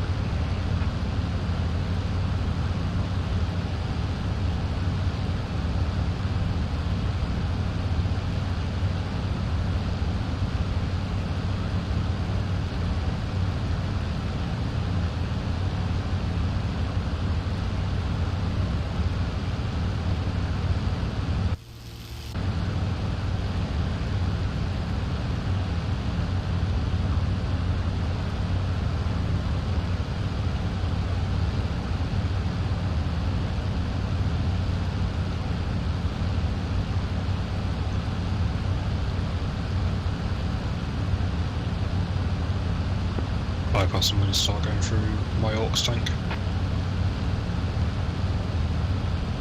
Copy, we'll do likewise. Go to our centre of balance. And, you know what I mean? What a beautiful view from the back.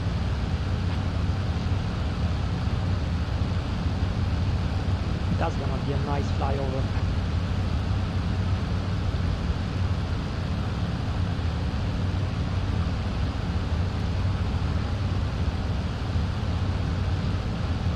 I'm going to say, what ship is that? And it loaded in like a mile away from us. Could that be the one for the return leg?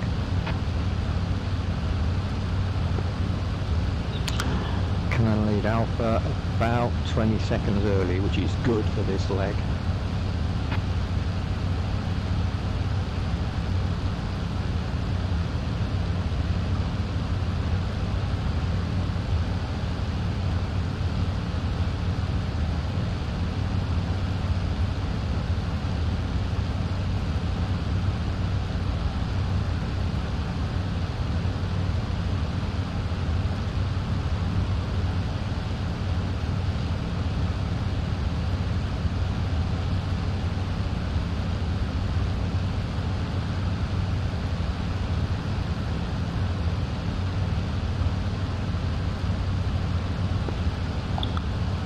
Cannon Alpha lead, tally comms tower on the coast.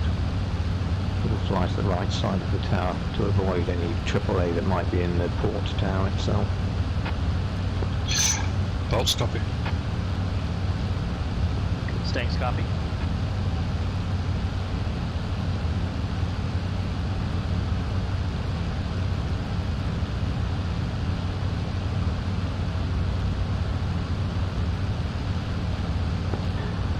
Cannon lead Alpha, Cannon Alpha lead preparing to switch to inner tanks.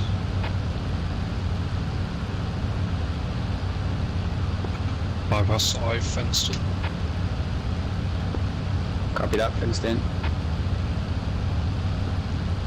Eyes on Green Tracers, 11 o'clock. Starts now. Shot fired on Dunlop, question mark.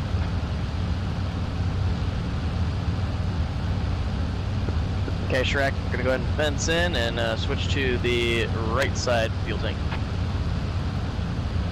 Copy, fenced in. Been fenced in this whole damn trip. Fuel cogs to center.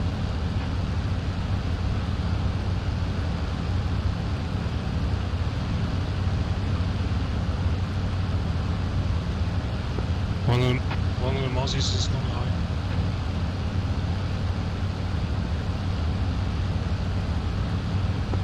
That is not good.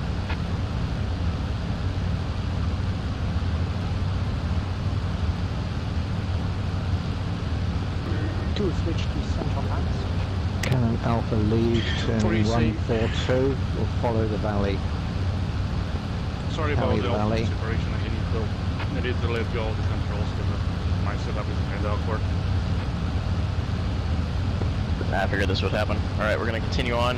Shrack, it looks like it's just you and me and the Mustangs now. Ground fire, ground fire. Copy, carry on. Keeps changing speeds. Make me push it up. Past green.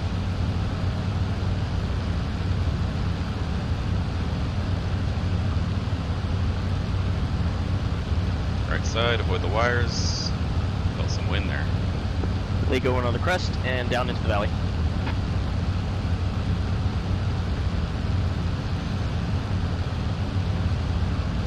AAA fire on you. Affirm, get low.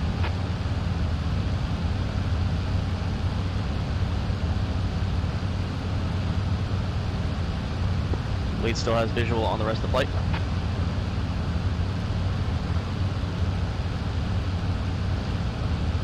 Doing 300. Should catch them. Make sure we're closer to the flight. Let's see here. So that's lead right here. And that's a tree. The trees are going to be our big problem here.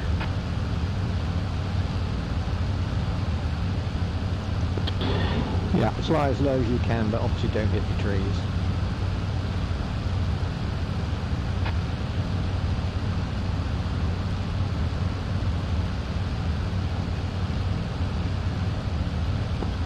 Two still good. Two's good, right behind it.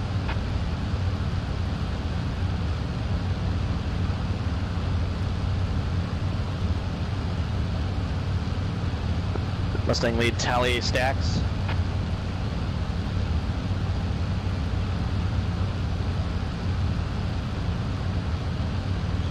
Thunderbolts assessed off your trailing posse. Say again? Thunderbolts are settled trailing the one pair of mosquitoes you're moving. Copy. Also still have two ship Mustangs a couple miles behind them, trailing. Oh, Mike. Tally Techcom bowing waypoint. We'll turn 105 after the waypoint. Up that, the valley there, the wooded valley. We're going to go up the valley basically, which is a climb, so I'll have to add power. And then we're going into a headwind, so we need to sort of get the boost up as we go up here. I need more boost! Mustang lead copies all. Bolts these copies. Cannon Alpha lead commencing turn to 105. Hard to see them.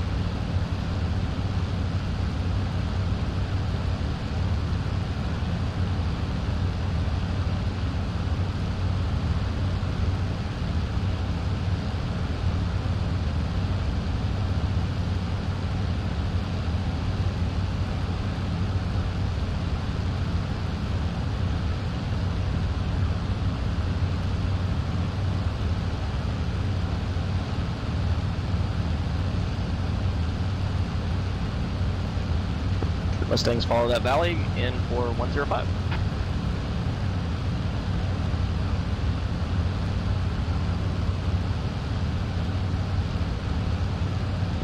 Good trading pair of mosquitoes are about half a mile behind you.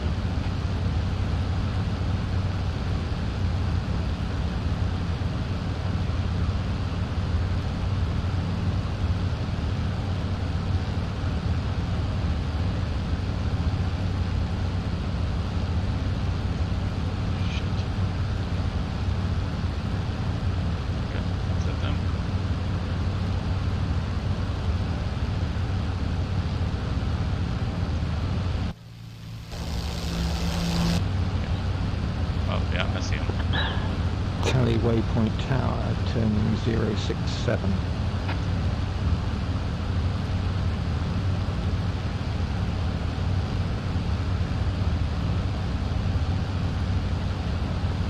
Tally smoke just beyond the tower, left block from your aircraft RC.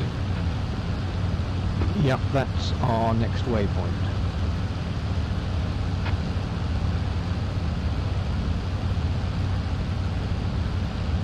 Mustang stepping it up to keep closer.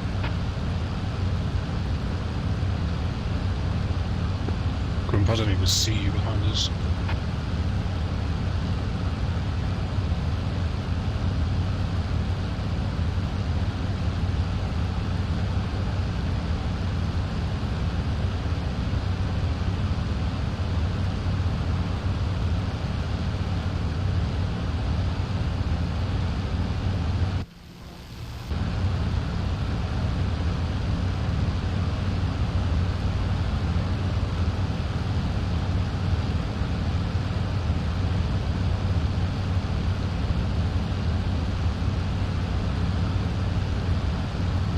Mustang lead, Tally smoke.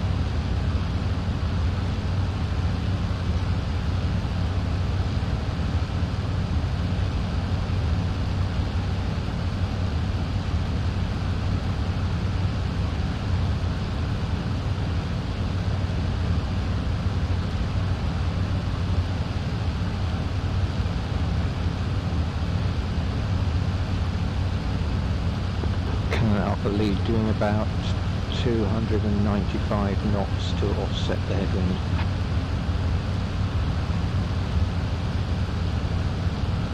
Where the Mozzies? Mustang lead, about 305 miles an hour. Oh, they're right in front. Okay.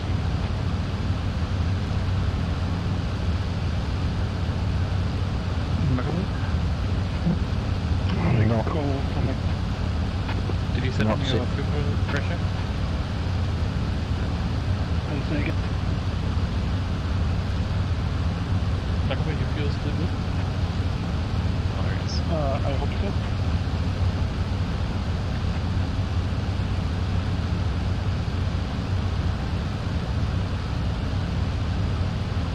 This is a difficult flight. Avoiding trees and terrain and flying quasi formation. Also supposedly looking out for bandits. It's a tough one.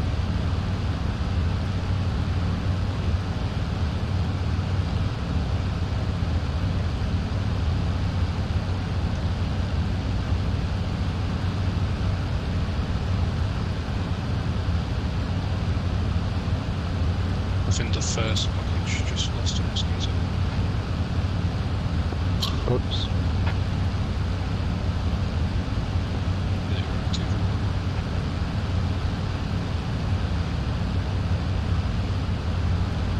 Someone down?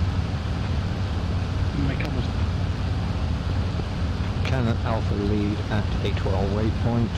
We're about 20 seconds slow.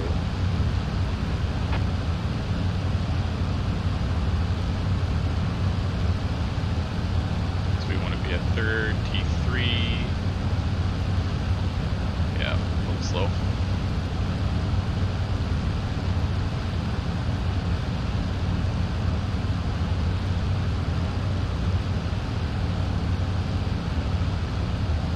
Tally on them. I'm gonna get up close to them and make it easier on myself so that I'm to zoom in all the time. That's my flight lead, I think. Let's see. Oh, God, trees. See, this shit's hard. Flight lead. It's not flight lead. Where's my flight lead?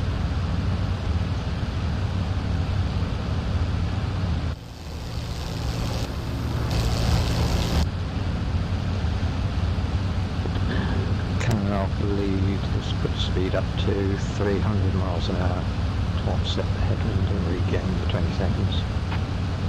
And decrease speed here, get back in the green. So, what happened to you?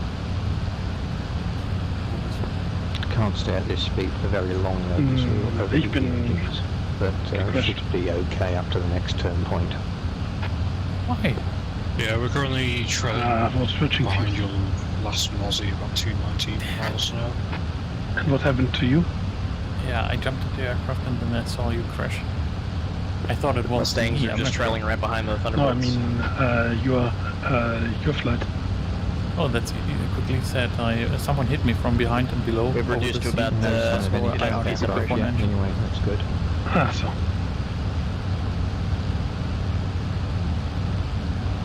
No, I haven't seen it. I don't know who you got clipped by, but I did see you veer off. I was wondering what happened. AAA ahead. Yeah, I mean, I would have I think I was able to continue, but it stated not to do because I was very slow. Some overflowing. So I decided to just RTP. Tally.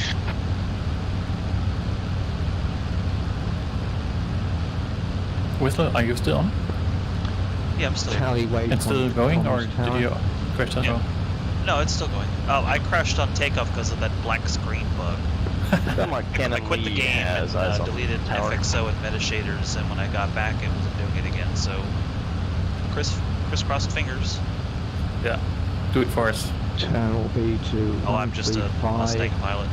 Minus 2-degree wind correction, so 133. I had problems with my takeoff as well, especially with the scenery.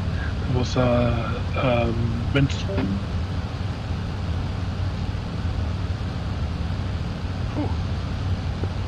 On time. Had to switch over to Discord. It blacks out my screen, turning now. so I can't see where I'm flying. Had to mute this. Oh, we're turning.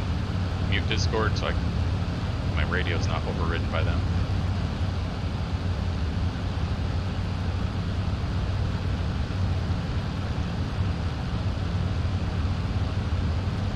We're at 36, which means we're on that turn. Okay, turning a little early. That's right on time. Speed back down to 275, 280 miles per hour. I'm at 280, so I'm good.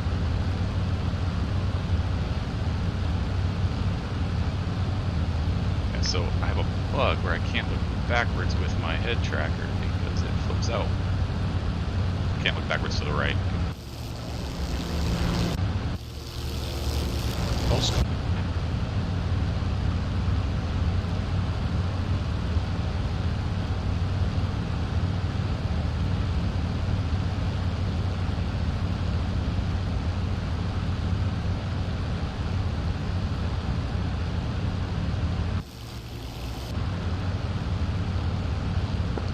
Damn rudder trims and dive saving.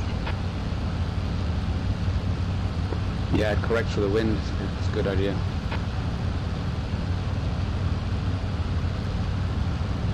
I've got my feet on my pedals since we took off, so.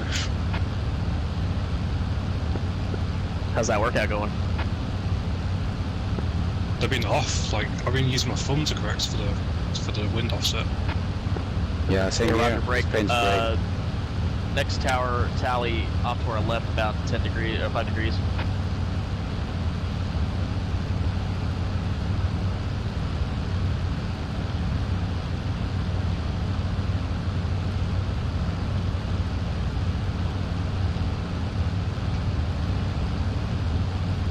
Yeah, the only problem I'm having is sometimes going too fast. There's a chimney on a building up to our left.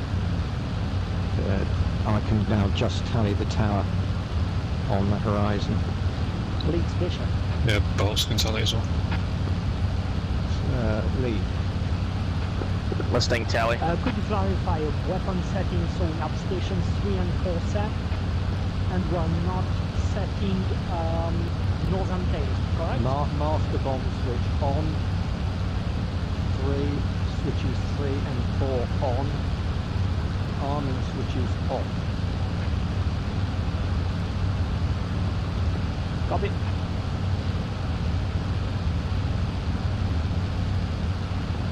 Bravo lead. Copy.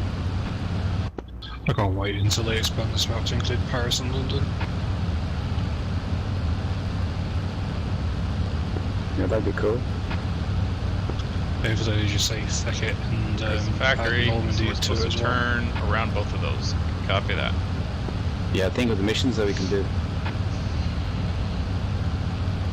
I mean, with the Paris one, we can do that low-level Right, big fighter Paris turn one. at this tower to the right, skirting round, then to the far side of that tech combine that's visible off to our right as well. Artie about to turn right. Who is that above us? Whoa! Who is that? Well, that was close. Sorry about that.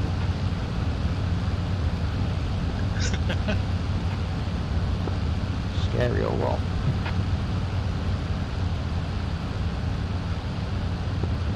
On time.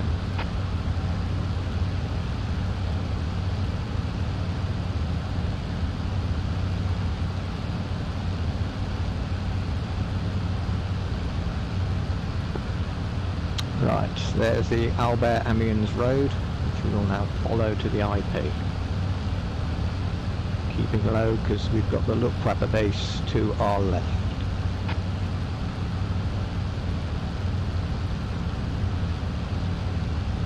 Mustang flight's still about half a mile to a mile behind you. Alpha 3 moving to trail formation. Arms set, bombs set, master. 2 down. I hit a tree, crashed. Copy. Copy. Oh, that sucks. Three's catching up. Probably will be moving to the right.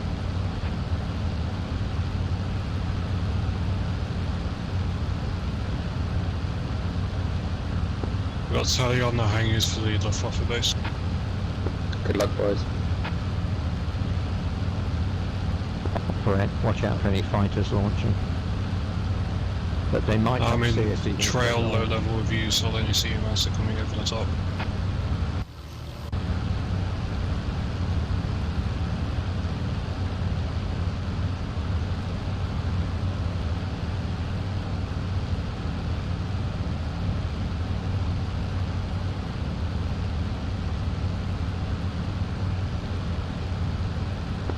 Grumpy still 30 good better. seconds to IP.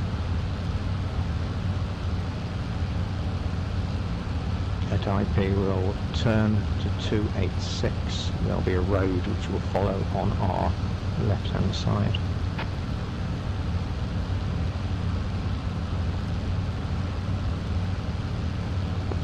Ooh, AAA visible ahead.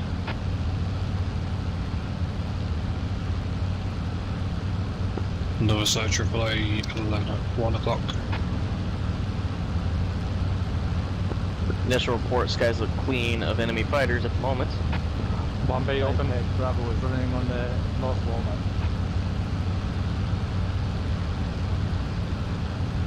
See Alpha smoke. 2 base open. 2 open. I'll see you Probably back off your 10 o'clock. Black. That's the target. So someone's hit the target, that's good. That's that. Tally, turn point ahead, tech combine. I am slow. Oh, AAA visible in the distance as well.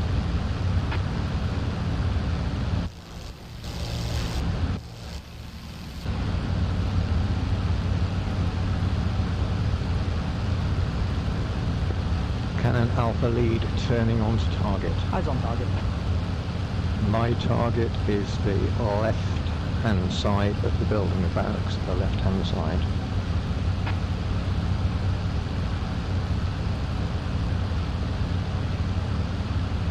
Ooh, the smoke doesn't help see the target.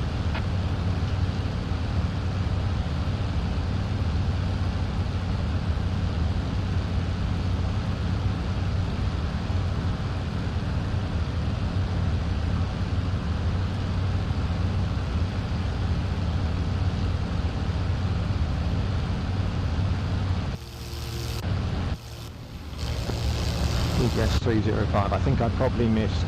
Didn't see the target.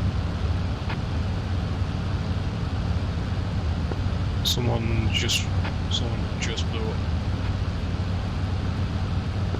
Yeah, tally. Sorry for the climate, just got obscured with the smoke.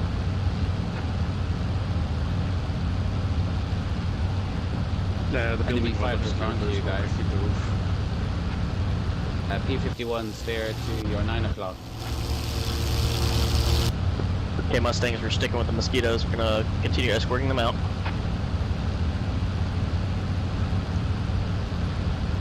Remain trail, and we'll engage anybody that tries to come in on them. Close bombay doors. Colonel Alpha Lead, got bombay closed. Tally, below. Alright, that's the target. Bar.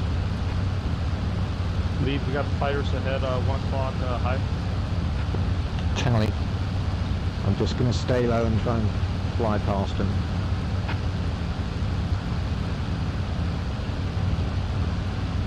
Mustangs, you have a 190 on your tail.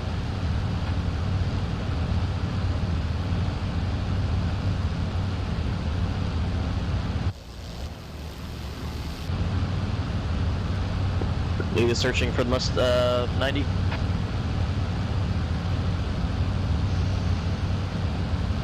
Grump, I think he's off on one. Like 1, 2 o'clock, I think. He's near that smoke. Copy, just stay low. Kicking up smoke.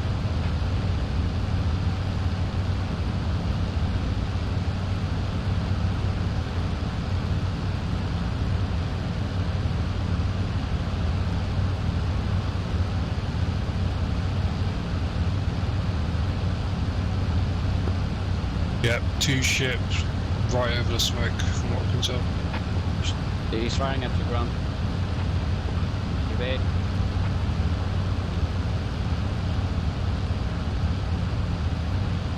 It's on your 6.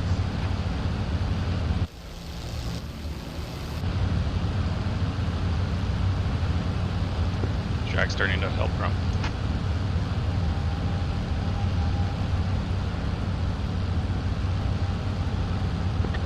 Cannon Alpha Lead, tally turn point. Preparing to rehash. Space, go ahead and pass me on my left. Second for space.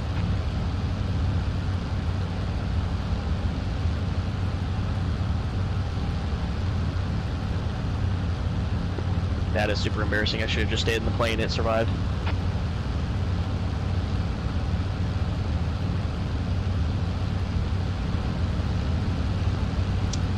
Well grown. I did my job.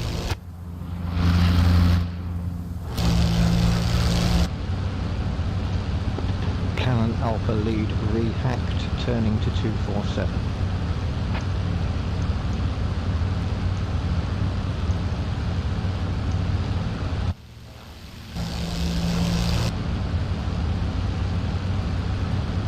Shrack tally 109.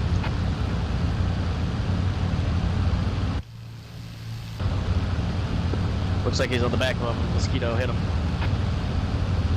I've got one behind me too. Mustang on our left-hand side. Can you shoot down that BF-109 that's following us?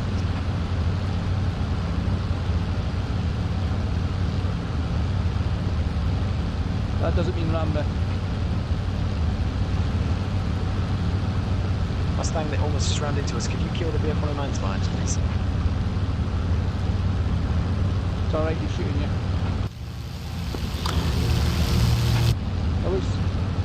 Contract, take them all down. A little outnumbered here.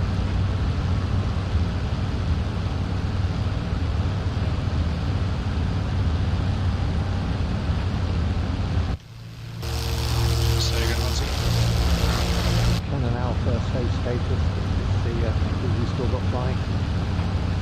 Mosquitoes, you have a 109 above you.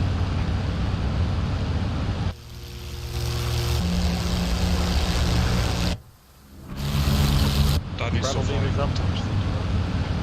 You have in drill 2 times Mozzies left.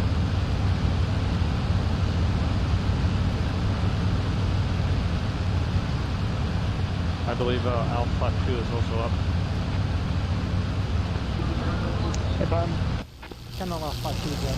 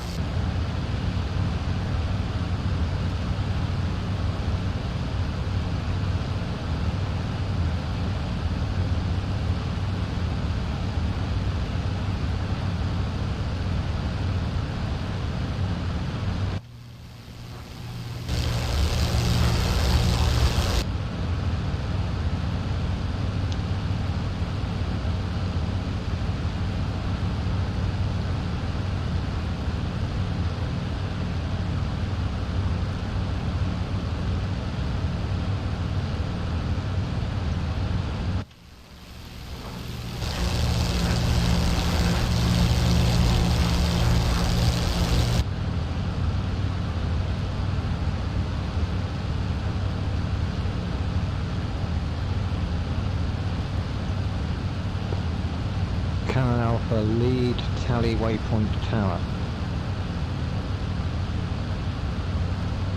Turning to zip 85.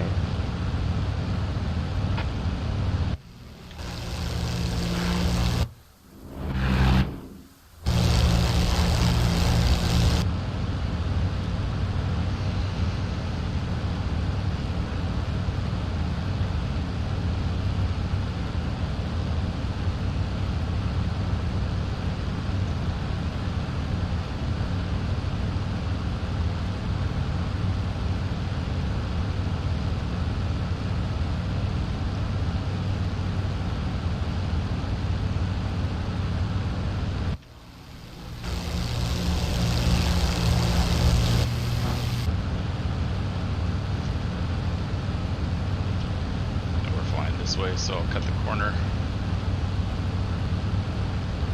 We're at the tower. Where's the tower? Oh, there's the tower. I'm at the tower.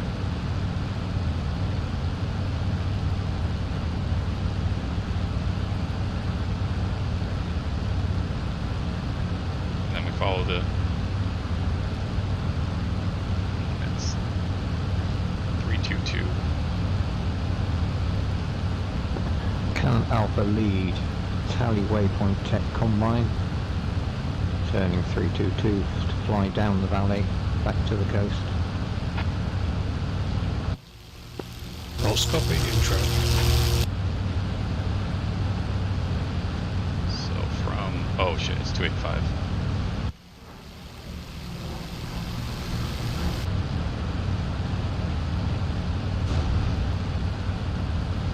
Oh shit. By AA. Shrack reporting hit by AA.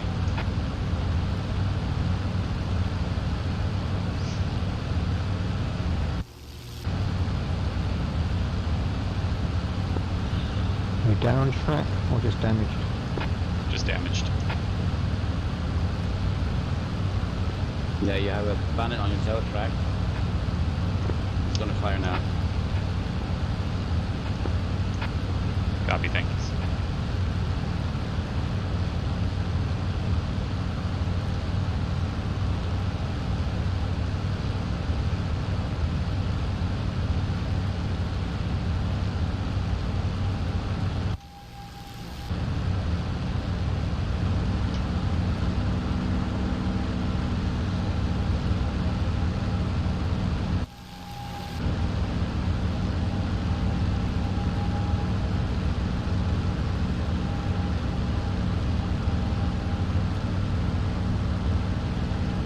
He's lost his target resolution. Good. Now I'm lost.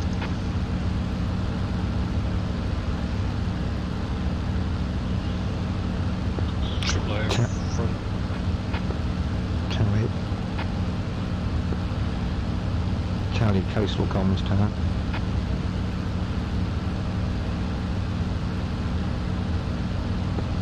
Just keep well to the left of him. To deployed at AAA.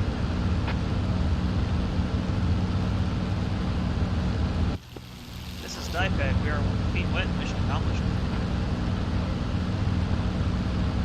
Yeah, Shrack, the closest to your three o'clock. Copy, thanks. Try to get to the ships to shake them off.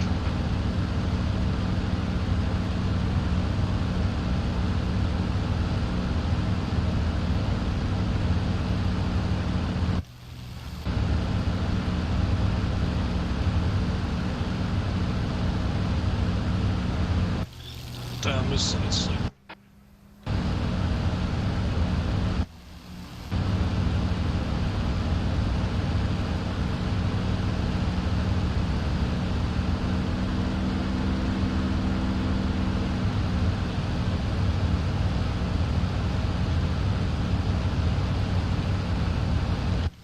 Things are faster than Keep following that Mustangs. valley Shrack, and that will lead you straight where you want to be. Copy, thanks. You do have a bandit on your tail. Affirm, I know.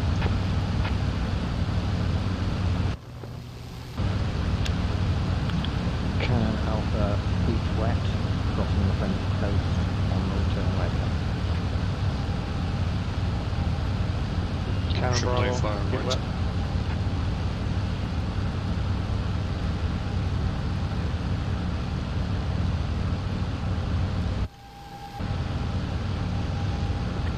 Three, I'm on your left.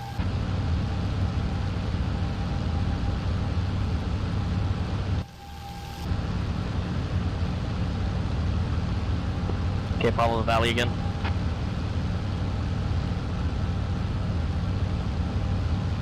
You're starting to win the rate turn here.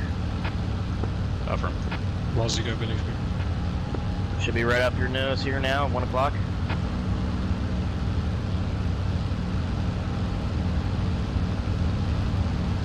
You have tally? Tally. Good luck.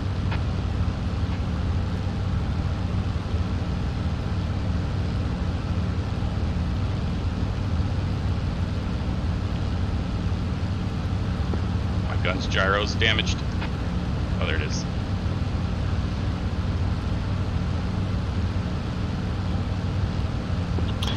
Cannon Alpha lead heading 010.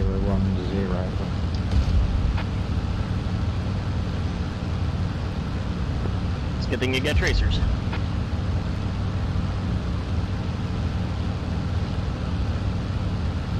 Caution AAA behind you. Affirm. Turning back. Yep, just go ahead and follow that valley down. AAA ahead. Sorry, Tandy AAA ahead. Suspect German ships. Keeping low to avoid. Just maintain best speed and get the hell out of there.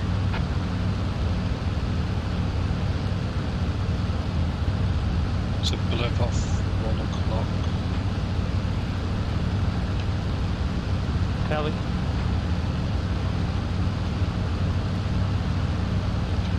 08 at this tower. Cover fire. Same.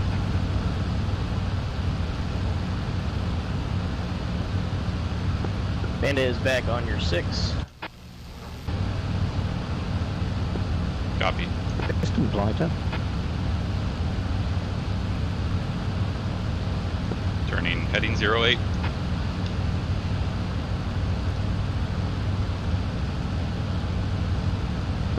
Yep, just head towards that boat. Add a couple of degrees for wind correction. So something like 010. Thank you. There's a patrol boat. So 7 o'clock. Yeah, tally. What are you shooting at the boat?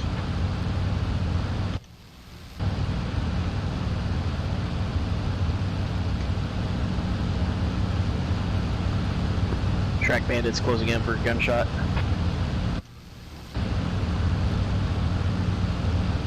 Copy, thank you.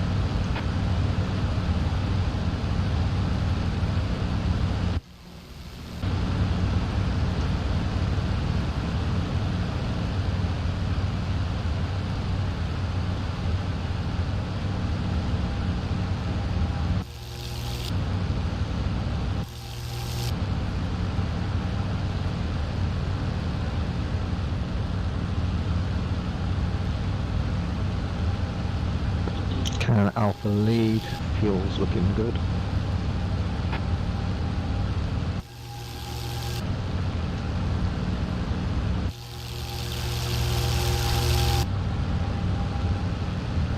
Fuel's good in the boat as well, just under 200 pounds, 200 gallons, sorry.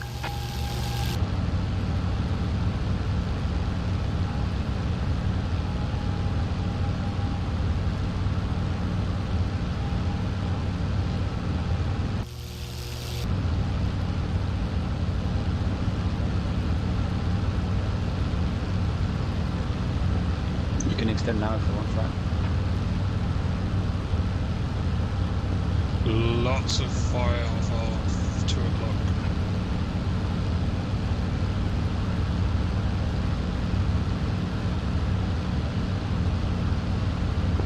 Someone must be off course.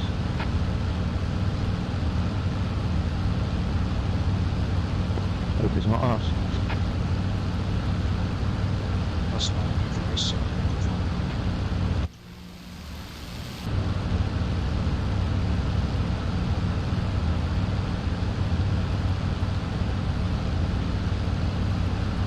51 Eastern Trail.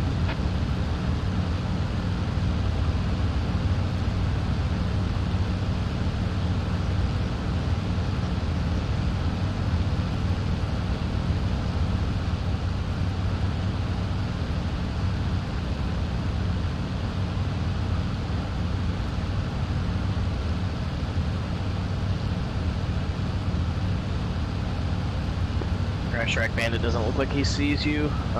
Start heading north.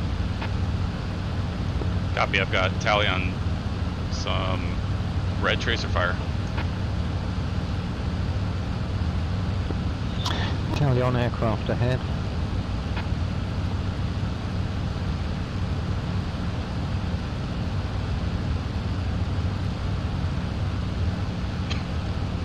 Yeah, it looks like you lost him, Shrack. Well done. Copy, thanks.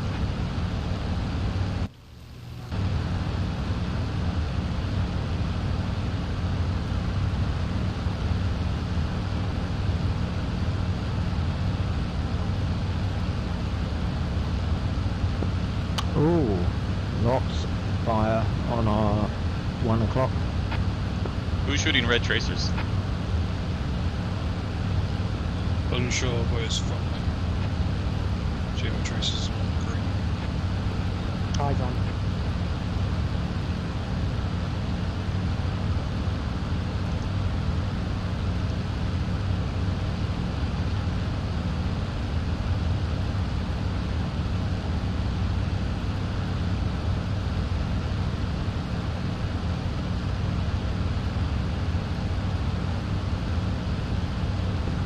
I think I see a flight of 2 or 3 front. That must be DIPEG. Yep, tally. Eyes I'm on assuming board. it's DIPEG.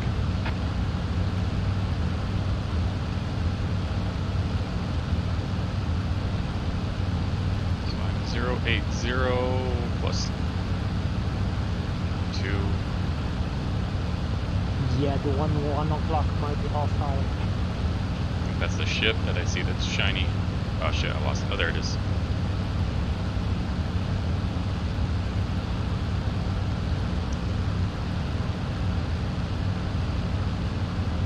It's 47.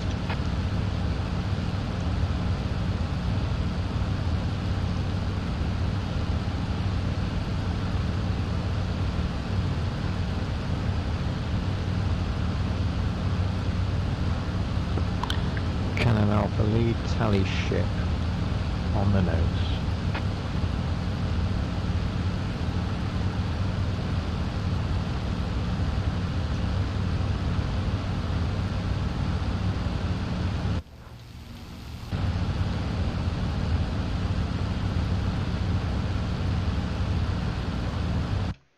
Hoping I'm going the right direction.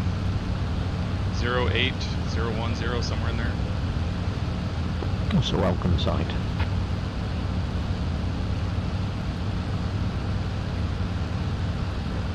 think that's, oh, that's the flight. They're like a couple pixels just inside that ring there. right next to my crosshair. You can see them, like a couple gray pixels.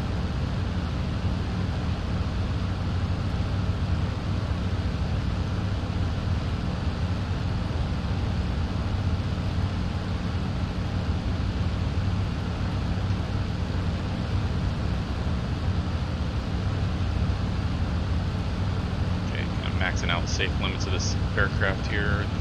Everything in the green. Manifold pressure, RPM.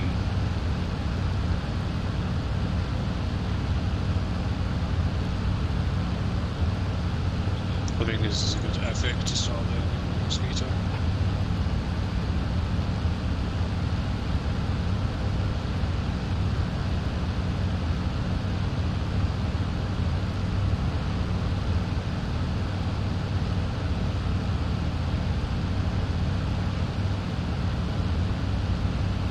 Trying to trim this out, but it's like between trim clicks. Go down, click, and then I start going up.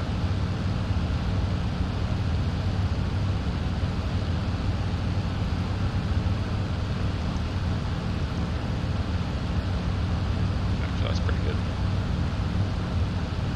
Not perfect, but good. Just trimming stuff out. Let's see, I don't see anybody around. This is a good formation.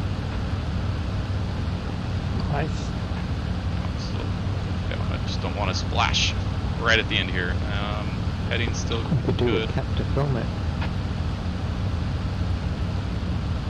I lost tally on the ship. I mean, oh, there's that the ship. Against the track file and also stuff in the track file. Yeah, I'll have to do most of his filming off the track file because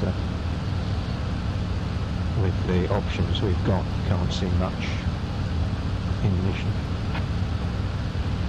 Shrack tally ship.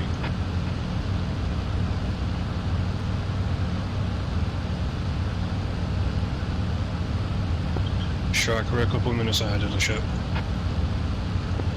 Copy. Don't forget, if you're damaged, you can land at somewhere like Limpney or Hythe, somewhere like that. Received. I think it's mostly cosmetic.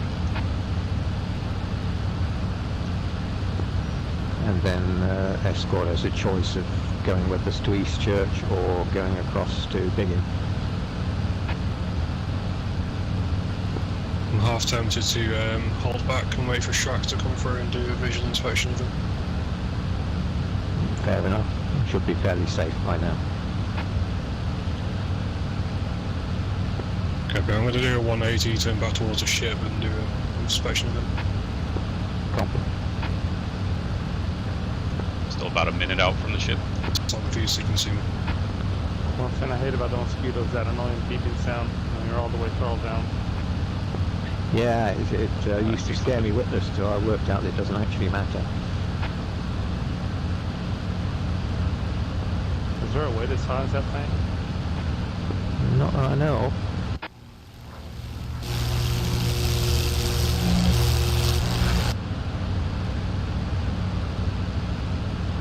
What I'm going to try to avoid this is to play more on the RPM.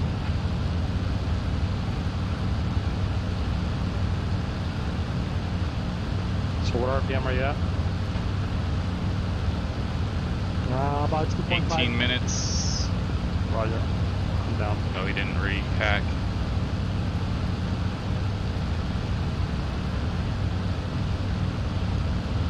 It's like 7 more minutes to shore. Oh, thank God for space shift. Send. Thank you.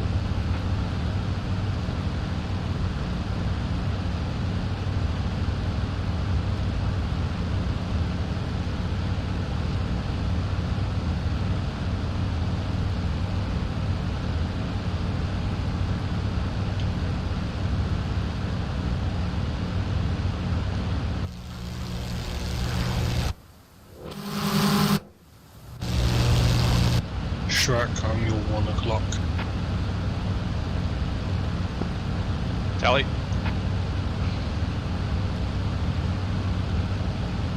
Lights on.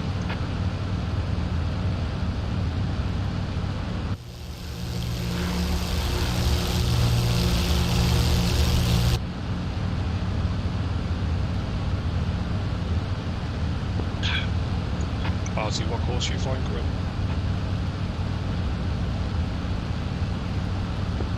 Currently flying about 010. Tally the comms tower on the coast, heading for that, and then from there to get back to East Church is 339.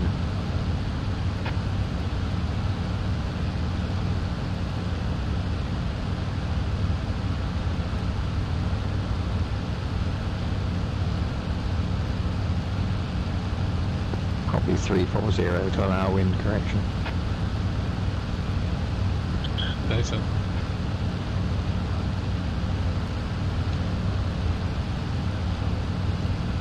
I see the tower. Shrack, if you want to lead the way, I'll follow when you do video of you. Copy, I've got Tally on the tower.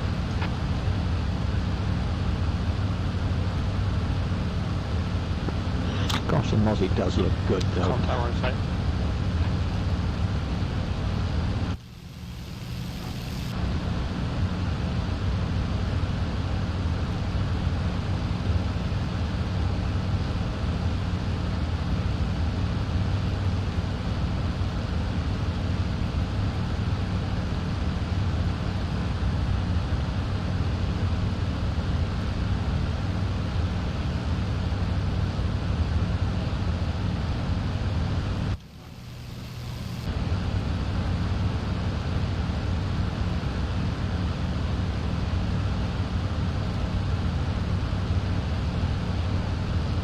Shrack, what's your airspeed? 295. Need me slow? Negative, that's perfectly within my airspeed, I'm just catching up to you.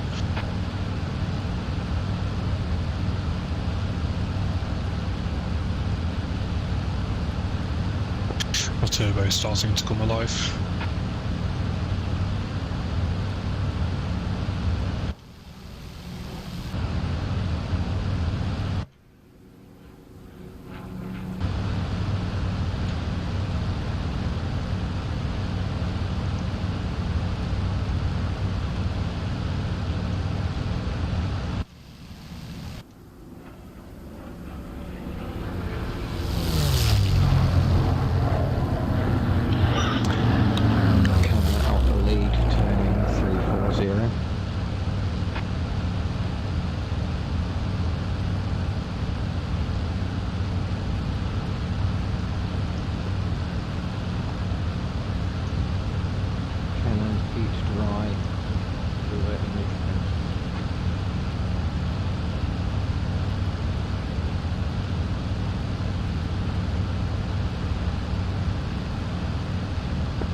Creeping up your left side, probably about 100 meters behind you. Copy. And I think I've got Tally on the cannon flight.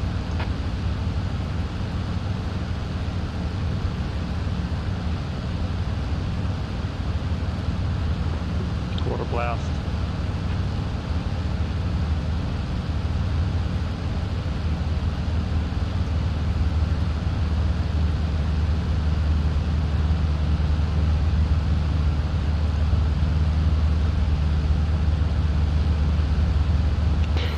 Wondering if my bombs hit or if they flew over. I think I dropped them late, but was worth the trick.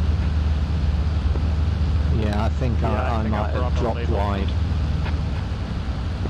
Alright, Shrack. Go ahead. Focus on CM Carton.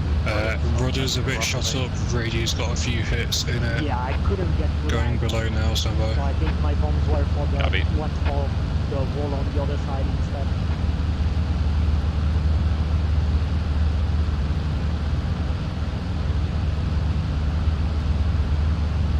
See nothing on the wings below.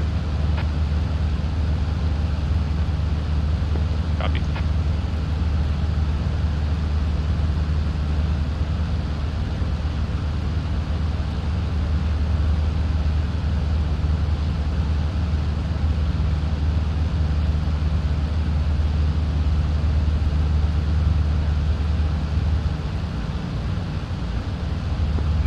Right side is riddled from forward your canopy. 3 all the way to aft to the tailplane.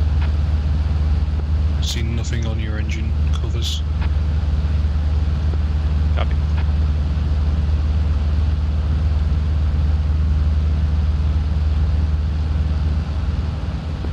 Again, upper wings. Seeing Dipeg in the distance.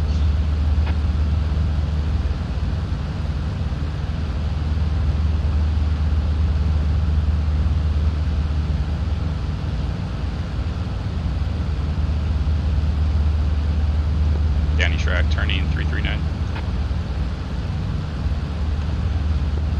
Copy. Warning you guys, level at landing or something.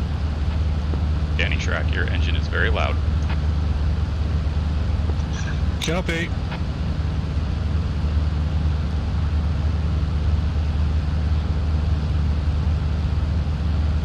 Just wait until I use the water injection.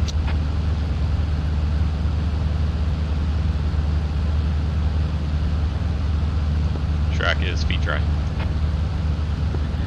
Coming out the lead, I'm going to let my speed start to decay. It slows quite slowly, doesn't Aussie? Okay, we're going to go East Church or Biggin. East Church.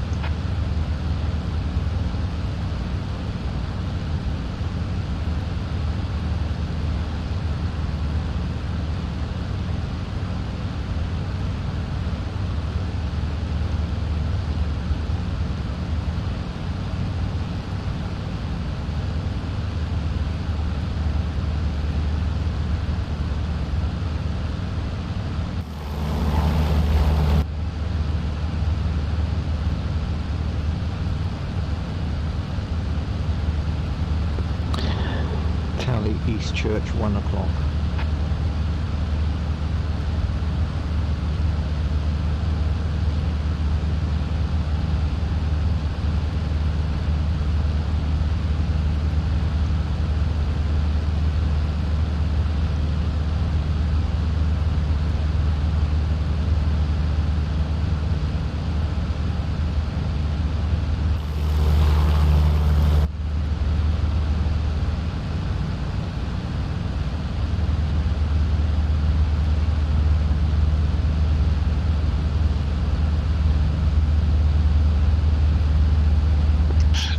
Wait, is my engine loud from inside your cockpit? Affirm. It's like a deep thumbling or a deep rumbling rumble. I'll go last.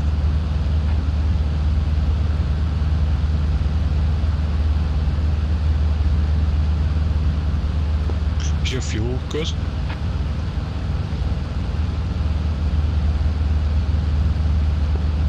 Affirm, still showing good.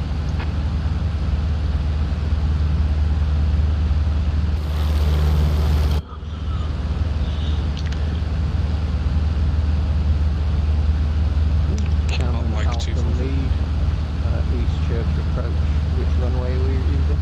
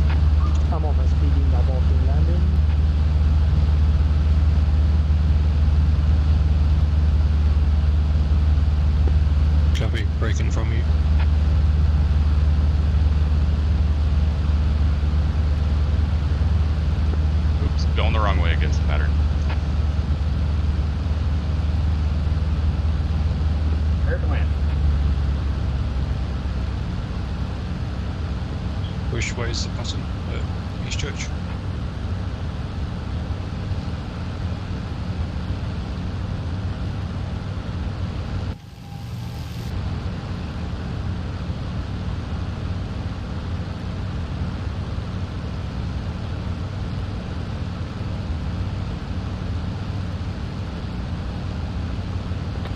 Spear shaft down there.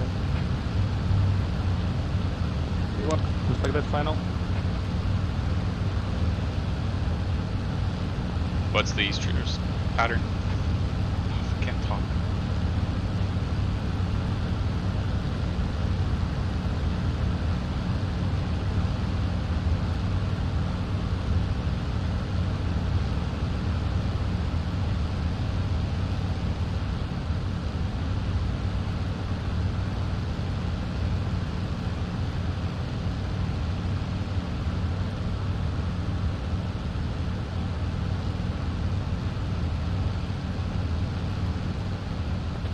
Spear shaft down in base.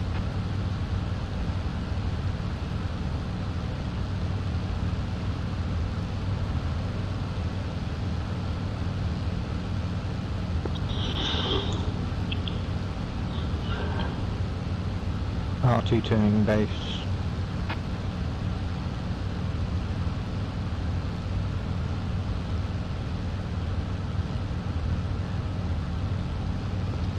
Spear shaft on fire.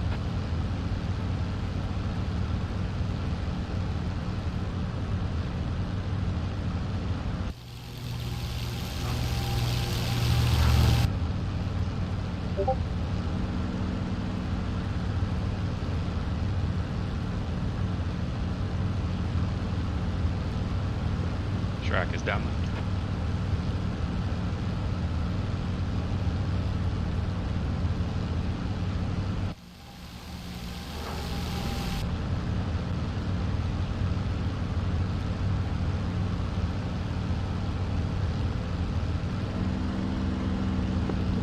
R2 turning final.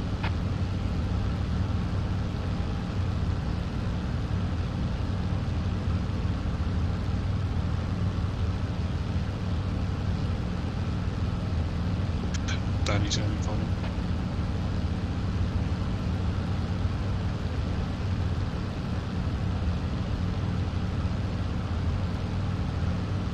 Oh boy, I'm way off the pattern on this one. Okay.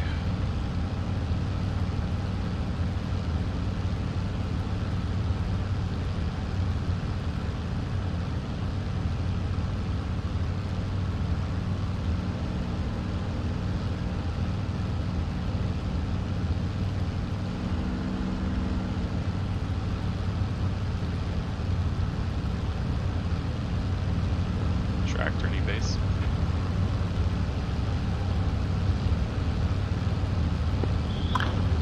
Oops. That's not a conventional parking. Well, I just thought my tyres might need a bit of an inspection. Left. Oh, getting everybody around it.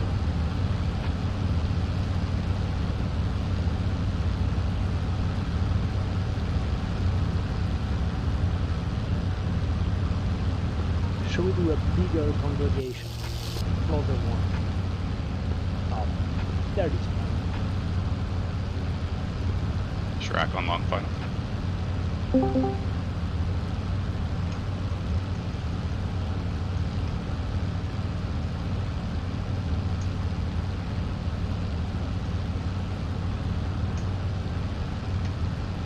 Flap's not working.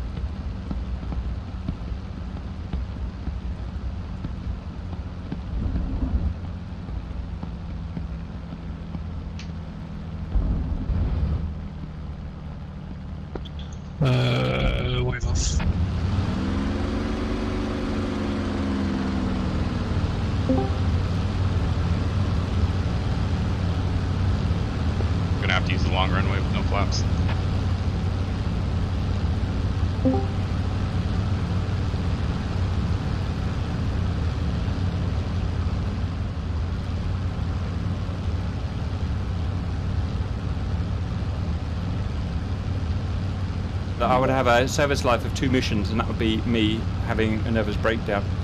You probably would have another mission tomorrow. Brilliant. Yeah. Brilliant. Okay, guys, that was awesome. Should we just go group by group? I'm going to do my group first because my group is group. My group was High Peg Alpha.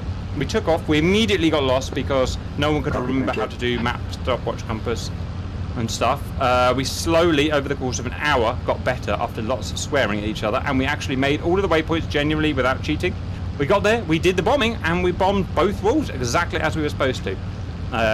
Again, lots of compensation, working together, figuring out what to do and what not to do. Oh, sweet, the sound's gone weird. Never mind. But that worked, and we were RTB'd, and Hypec Alpha, none of us even got shot down. We had a miner coming together on London landing, but we needed to give the maintainers something to do. So perfect mission, successful. Next group. Well, by Dipeg Bravo, we just flew the waypoints and bombed the north wall. I don't think Jigsaw made it there. I think he had a bit of a coming together. I think with somebody. Seahorse did an excellent job as a navigator, and we were never off track, so that was good. Yeah, basically I had a mid-air collision over the sea with cover. I think he didn't notice in general, but my left engine quit, so I had to RTB and safely landed. Well done for safely landing at least. A bit of note was on the way back we got jumped by some 109s. A P-51 tried to kill us by ramming us, then got shot down, and then that was it. Roger. Who's next? Nomad? Cannon Alpha. Flew out, kept to time and track. Arrived at the target on time. Unfortunately, I think none of our bombs hit because simplest thing, target was obscured by smoke. Oh, so we couldn't actually see our objective, so we took our best shot. But I mean, someone was off time then. Either we or you were off time if you had smoke. No, that was on time. Just we're falling a bit long, so that caused the issue. Yeah. Well, something hit the target, beat my face. Oh, typical dragon. Faced it. He didn't have his MIA. Well, if you see, look at the tactical number that I chose, well, kind of foreshadows being an incompetent boob in this mission. Yeah, you know what? If 5 tons of teak wood hit your building, it's probably going to do plenty of damage, to be honest. Well, there is a hole there abated in the roof, but they can kind of get out, I guess. That's the name of my cologne. Roger, guys. Next group, whoever you are, whatever you did. Cannon Bravo, followed Cannon Alpha around, did all the waypoints, lost Macaboo almost to the target, lost him, I don't know what happened. And I dropped bombs late also because I couldn't see a target, but it was really exciting and fun mission. Watch out, guys. Next group. Do Escorts next. Dunlock Dipeg, the first group was me, Rhino, and High. We lost Elo. I'm not sure what happened, but Elo problems. But not enough copy. The 3 of us did eventually get up. I had that black screen bug on the initial takeoff, and I lifted in the air, and it was immediately just black screen. Couldn't see a damn thing and crashed. And a couple explosions while spawning into the plane. So EVD's got to look at the map again. Mm-hmm. Beyond that, after a FXO and meta shaders clear and restart, I did manage to get the plane in the air, and we proceeded with our mission on time. I just basically followed a Mossy the whole way home, and there. We saw sightings of 109s, but they did not see us. On the way out, we were pursued, but they broke off action before they could engage us, and we had a nice, clean flight home.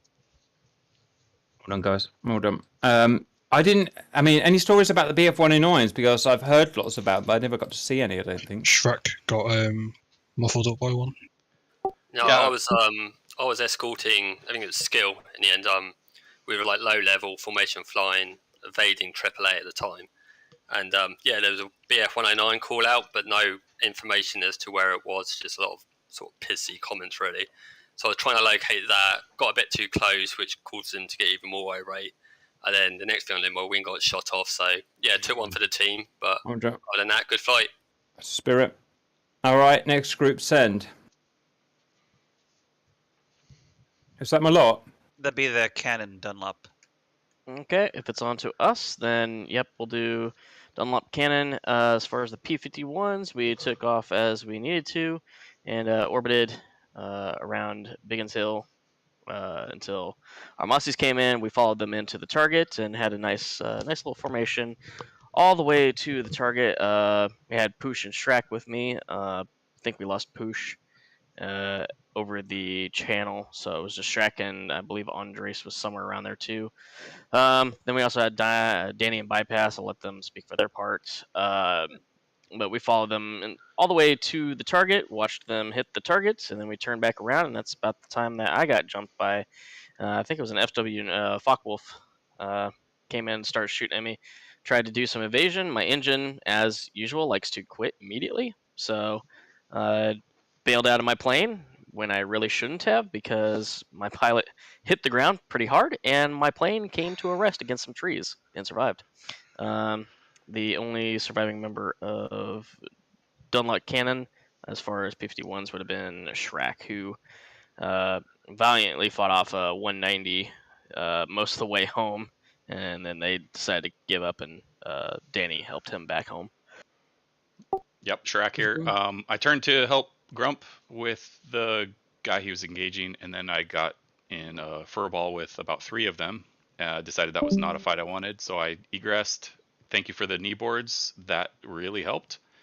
Was able to navigate my way out by myself, constantly with a 109 on my tail. I had to turn and engage it a couple of times because they're faster than me. I'd shake it and then keep going, and eventually navigated my way back home. And Danny covered me and did a damage, I guess a damage inspection on our way home, saying that I had a radiator hit and some pretty minor stuff just in the bodywork. So I was able to land, kinda. My flaps didn't work on landing, but I kind of skidded to a halt in one piece. For their 47s. Yeah. For their 47s, I was the only sole survivor. Bypass found out that trees are very cool. Oops. On the ingress to the target, I think it was. That's right, Danny. I believe it was on the road leading into Amiens, and then Bypass found a tree with a P-47. It was a bit tight. Trees are scoring well against the Reapers at the minute. Mm-hmm. Forgot to mention Brinks and Andres were also with us in Dunlop Dipig. Watch out. Have I missed any of the flights, guys? No, you got 3, I think. Right, awesome, guys. Lovely Milsim mission. Really well done, and everyone flew really top notch there. Took us a while to get the hang of it, but we got the hang of it and we did it. Okay, guys. I'm not going to be able to make a cinematic movie of that because it's just way too big. But Grump, I was having footage of you if you want to. A couple of highlights. Damp, I don't need anything from you because you were glued to my wing. And that's it, really, guys. So well done. It's nice to get that mission done and do it in such style as well. Awesome. Well done. And I'll see you guys whenever I see you next. See ya. Yeah. Bye, you guys. Bye, Cap. Bye, guys. That was a great mission. Thanks. Yeah. Do you need me to do this mission for you tomorrow, too? He's gone. Danny, thanks. Great flight. See you guys. And I was hoping to drop a GR2. Never mind. Yeah. If there's a mission tomorrow, just let me know what time and where to be. Is it going to be a rerun of this? Yeah, I think so. Why are we doing a rerun? I think it's for an anniversary special. Yeah, I think it's the actual anniversary of it. Friday. Cool. Anniversary. Is that Friday or tomorrow? Okay. But we're doing it for anniversary purposes, yeah. Well, guys, it's Free. I'll see you all in about 2 weeks. See you later. All right, guys. Thanks for watching. I'm Gives me Shrack. about Please 2 days like to and learn a subscribe. mosquito. Should be doable. Please like and subscribe. That helps me. And I will see you at the next one.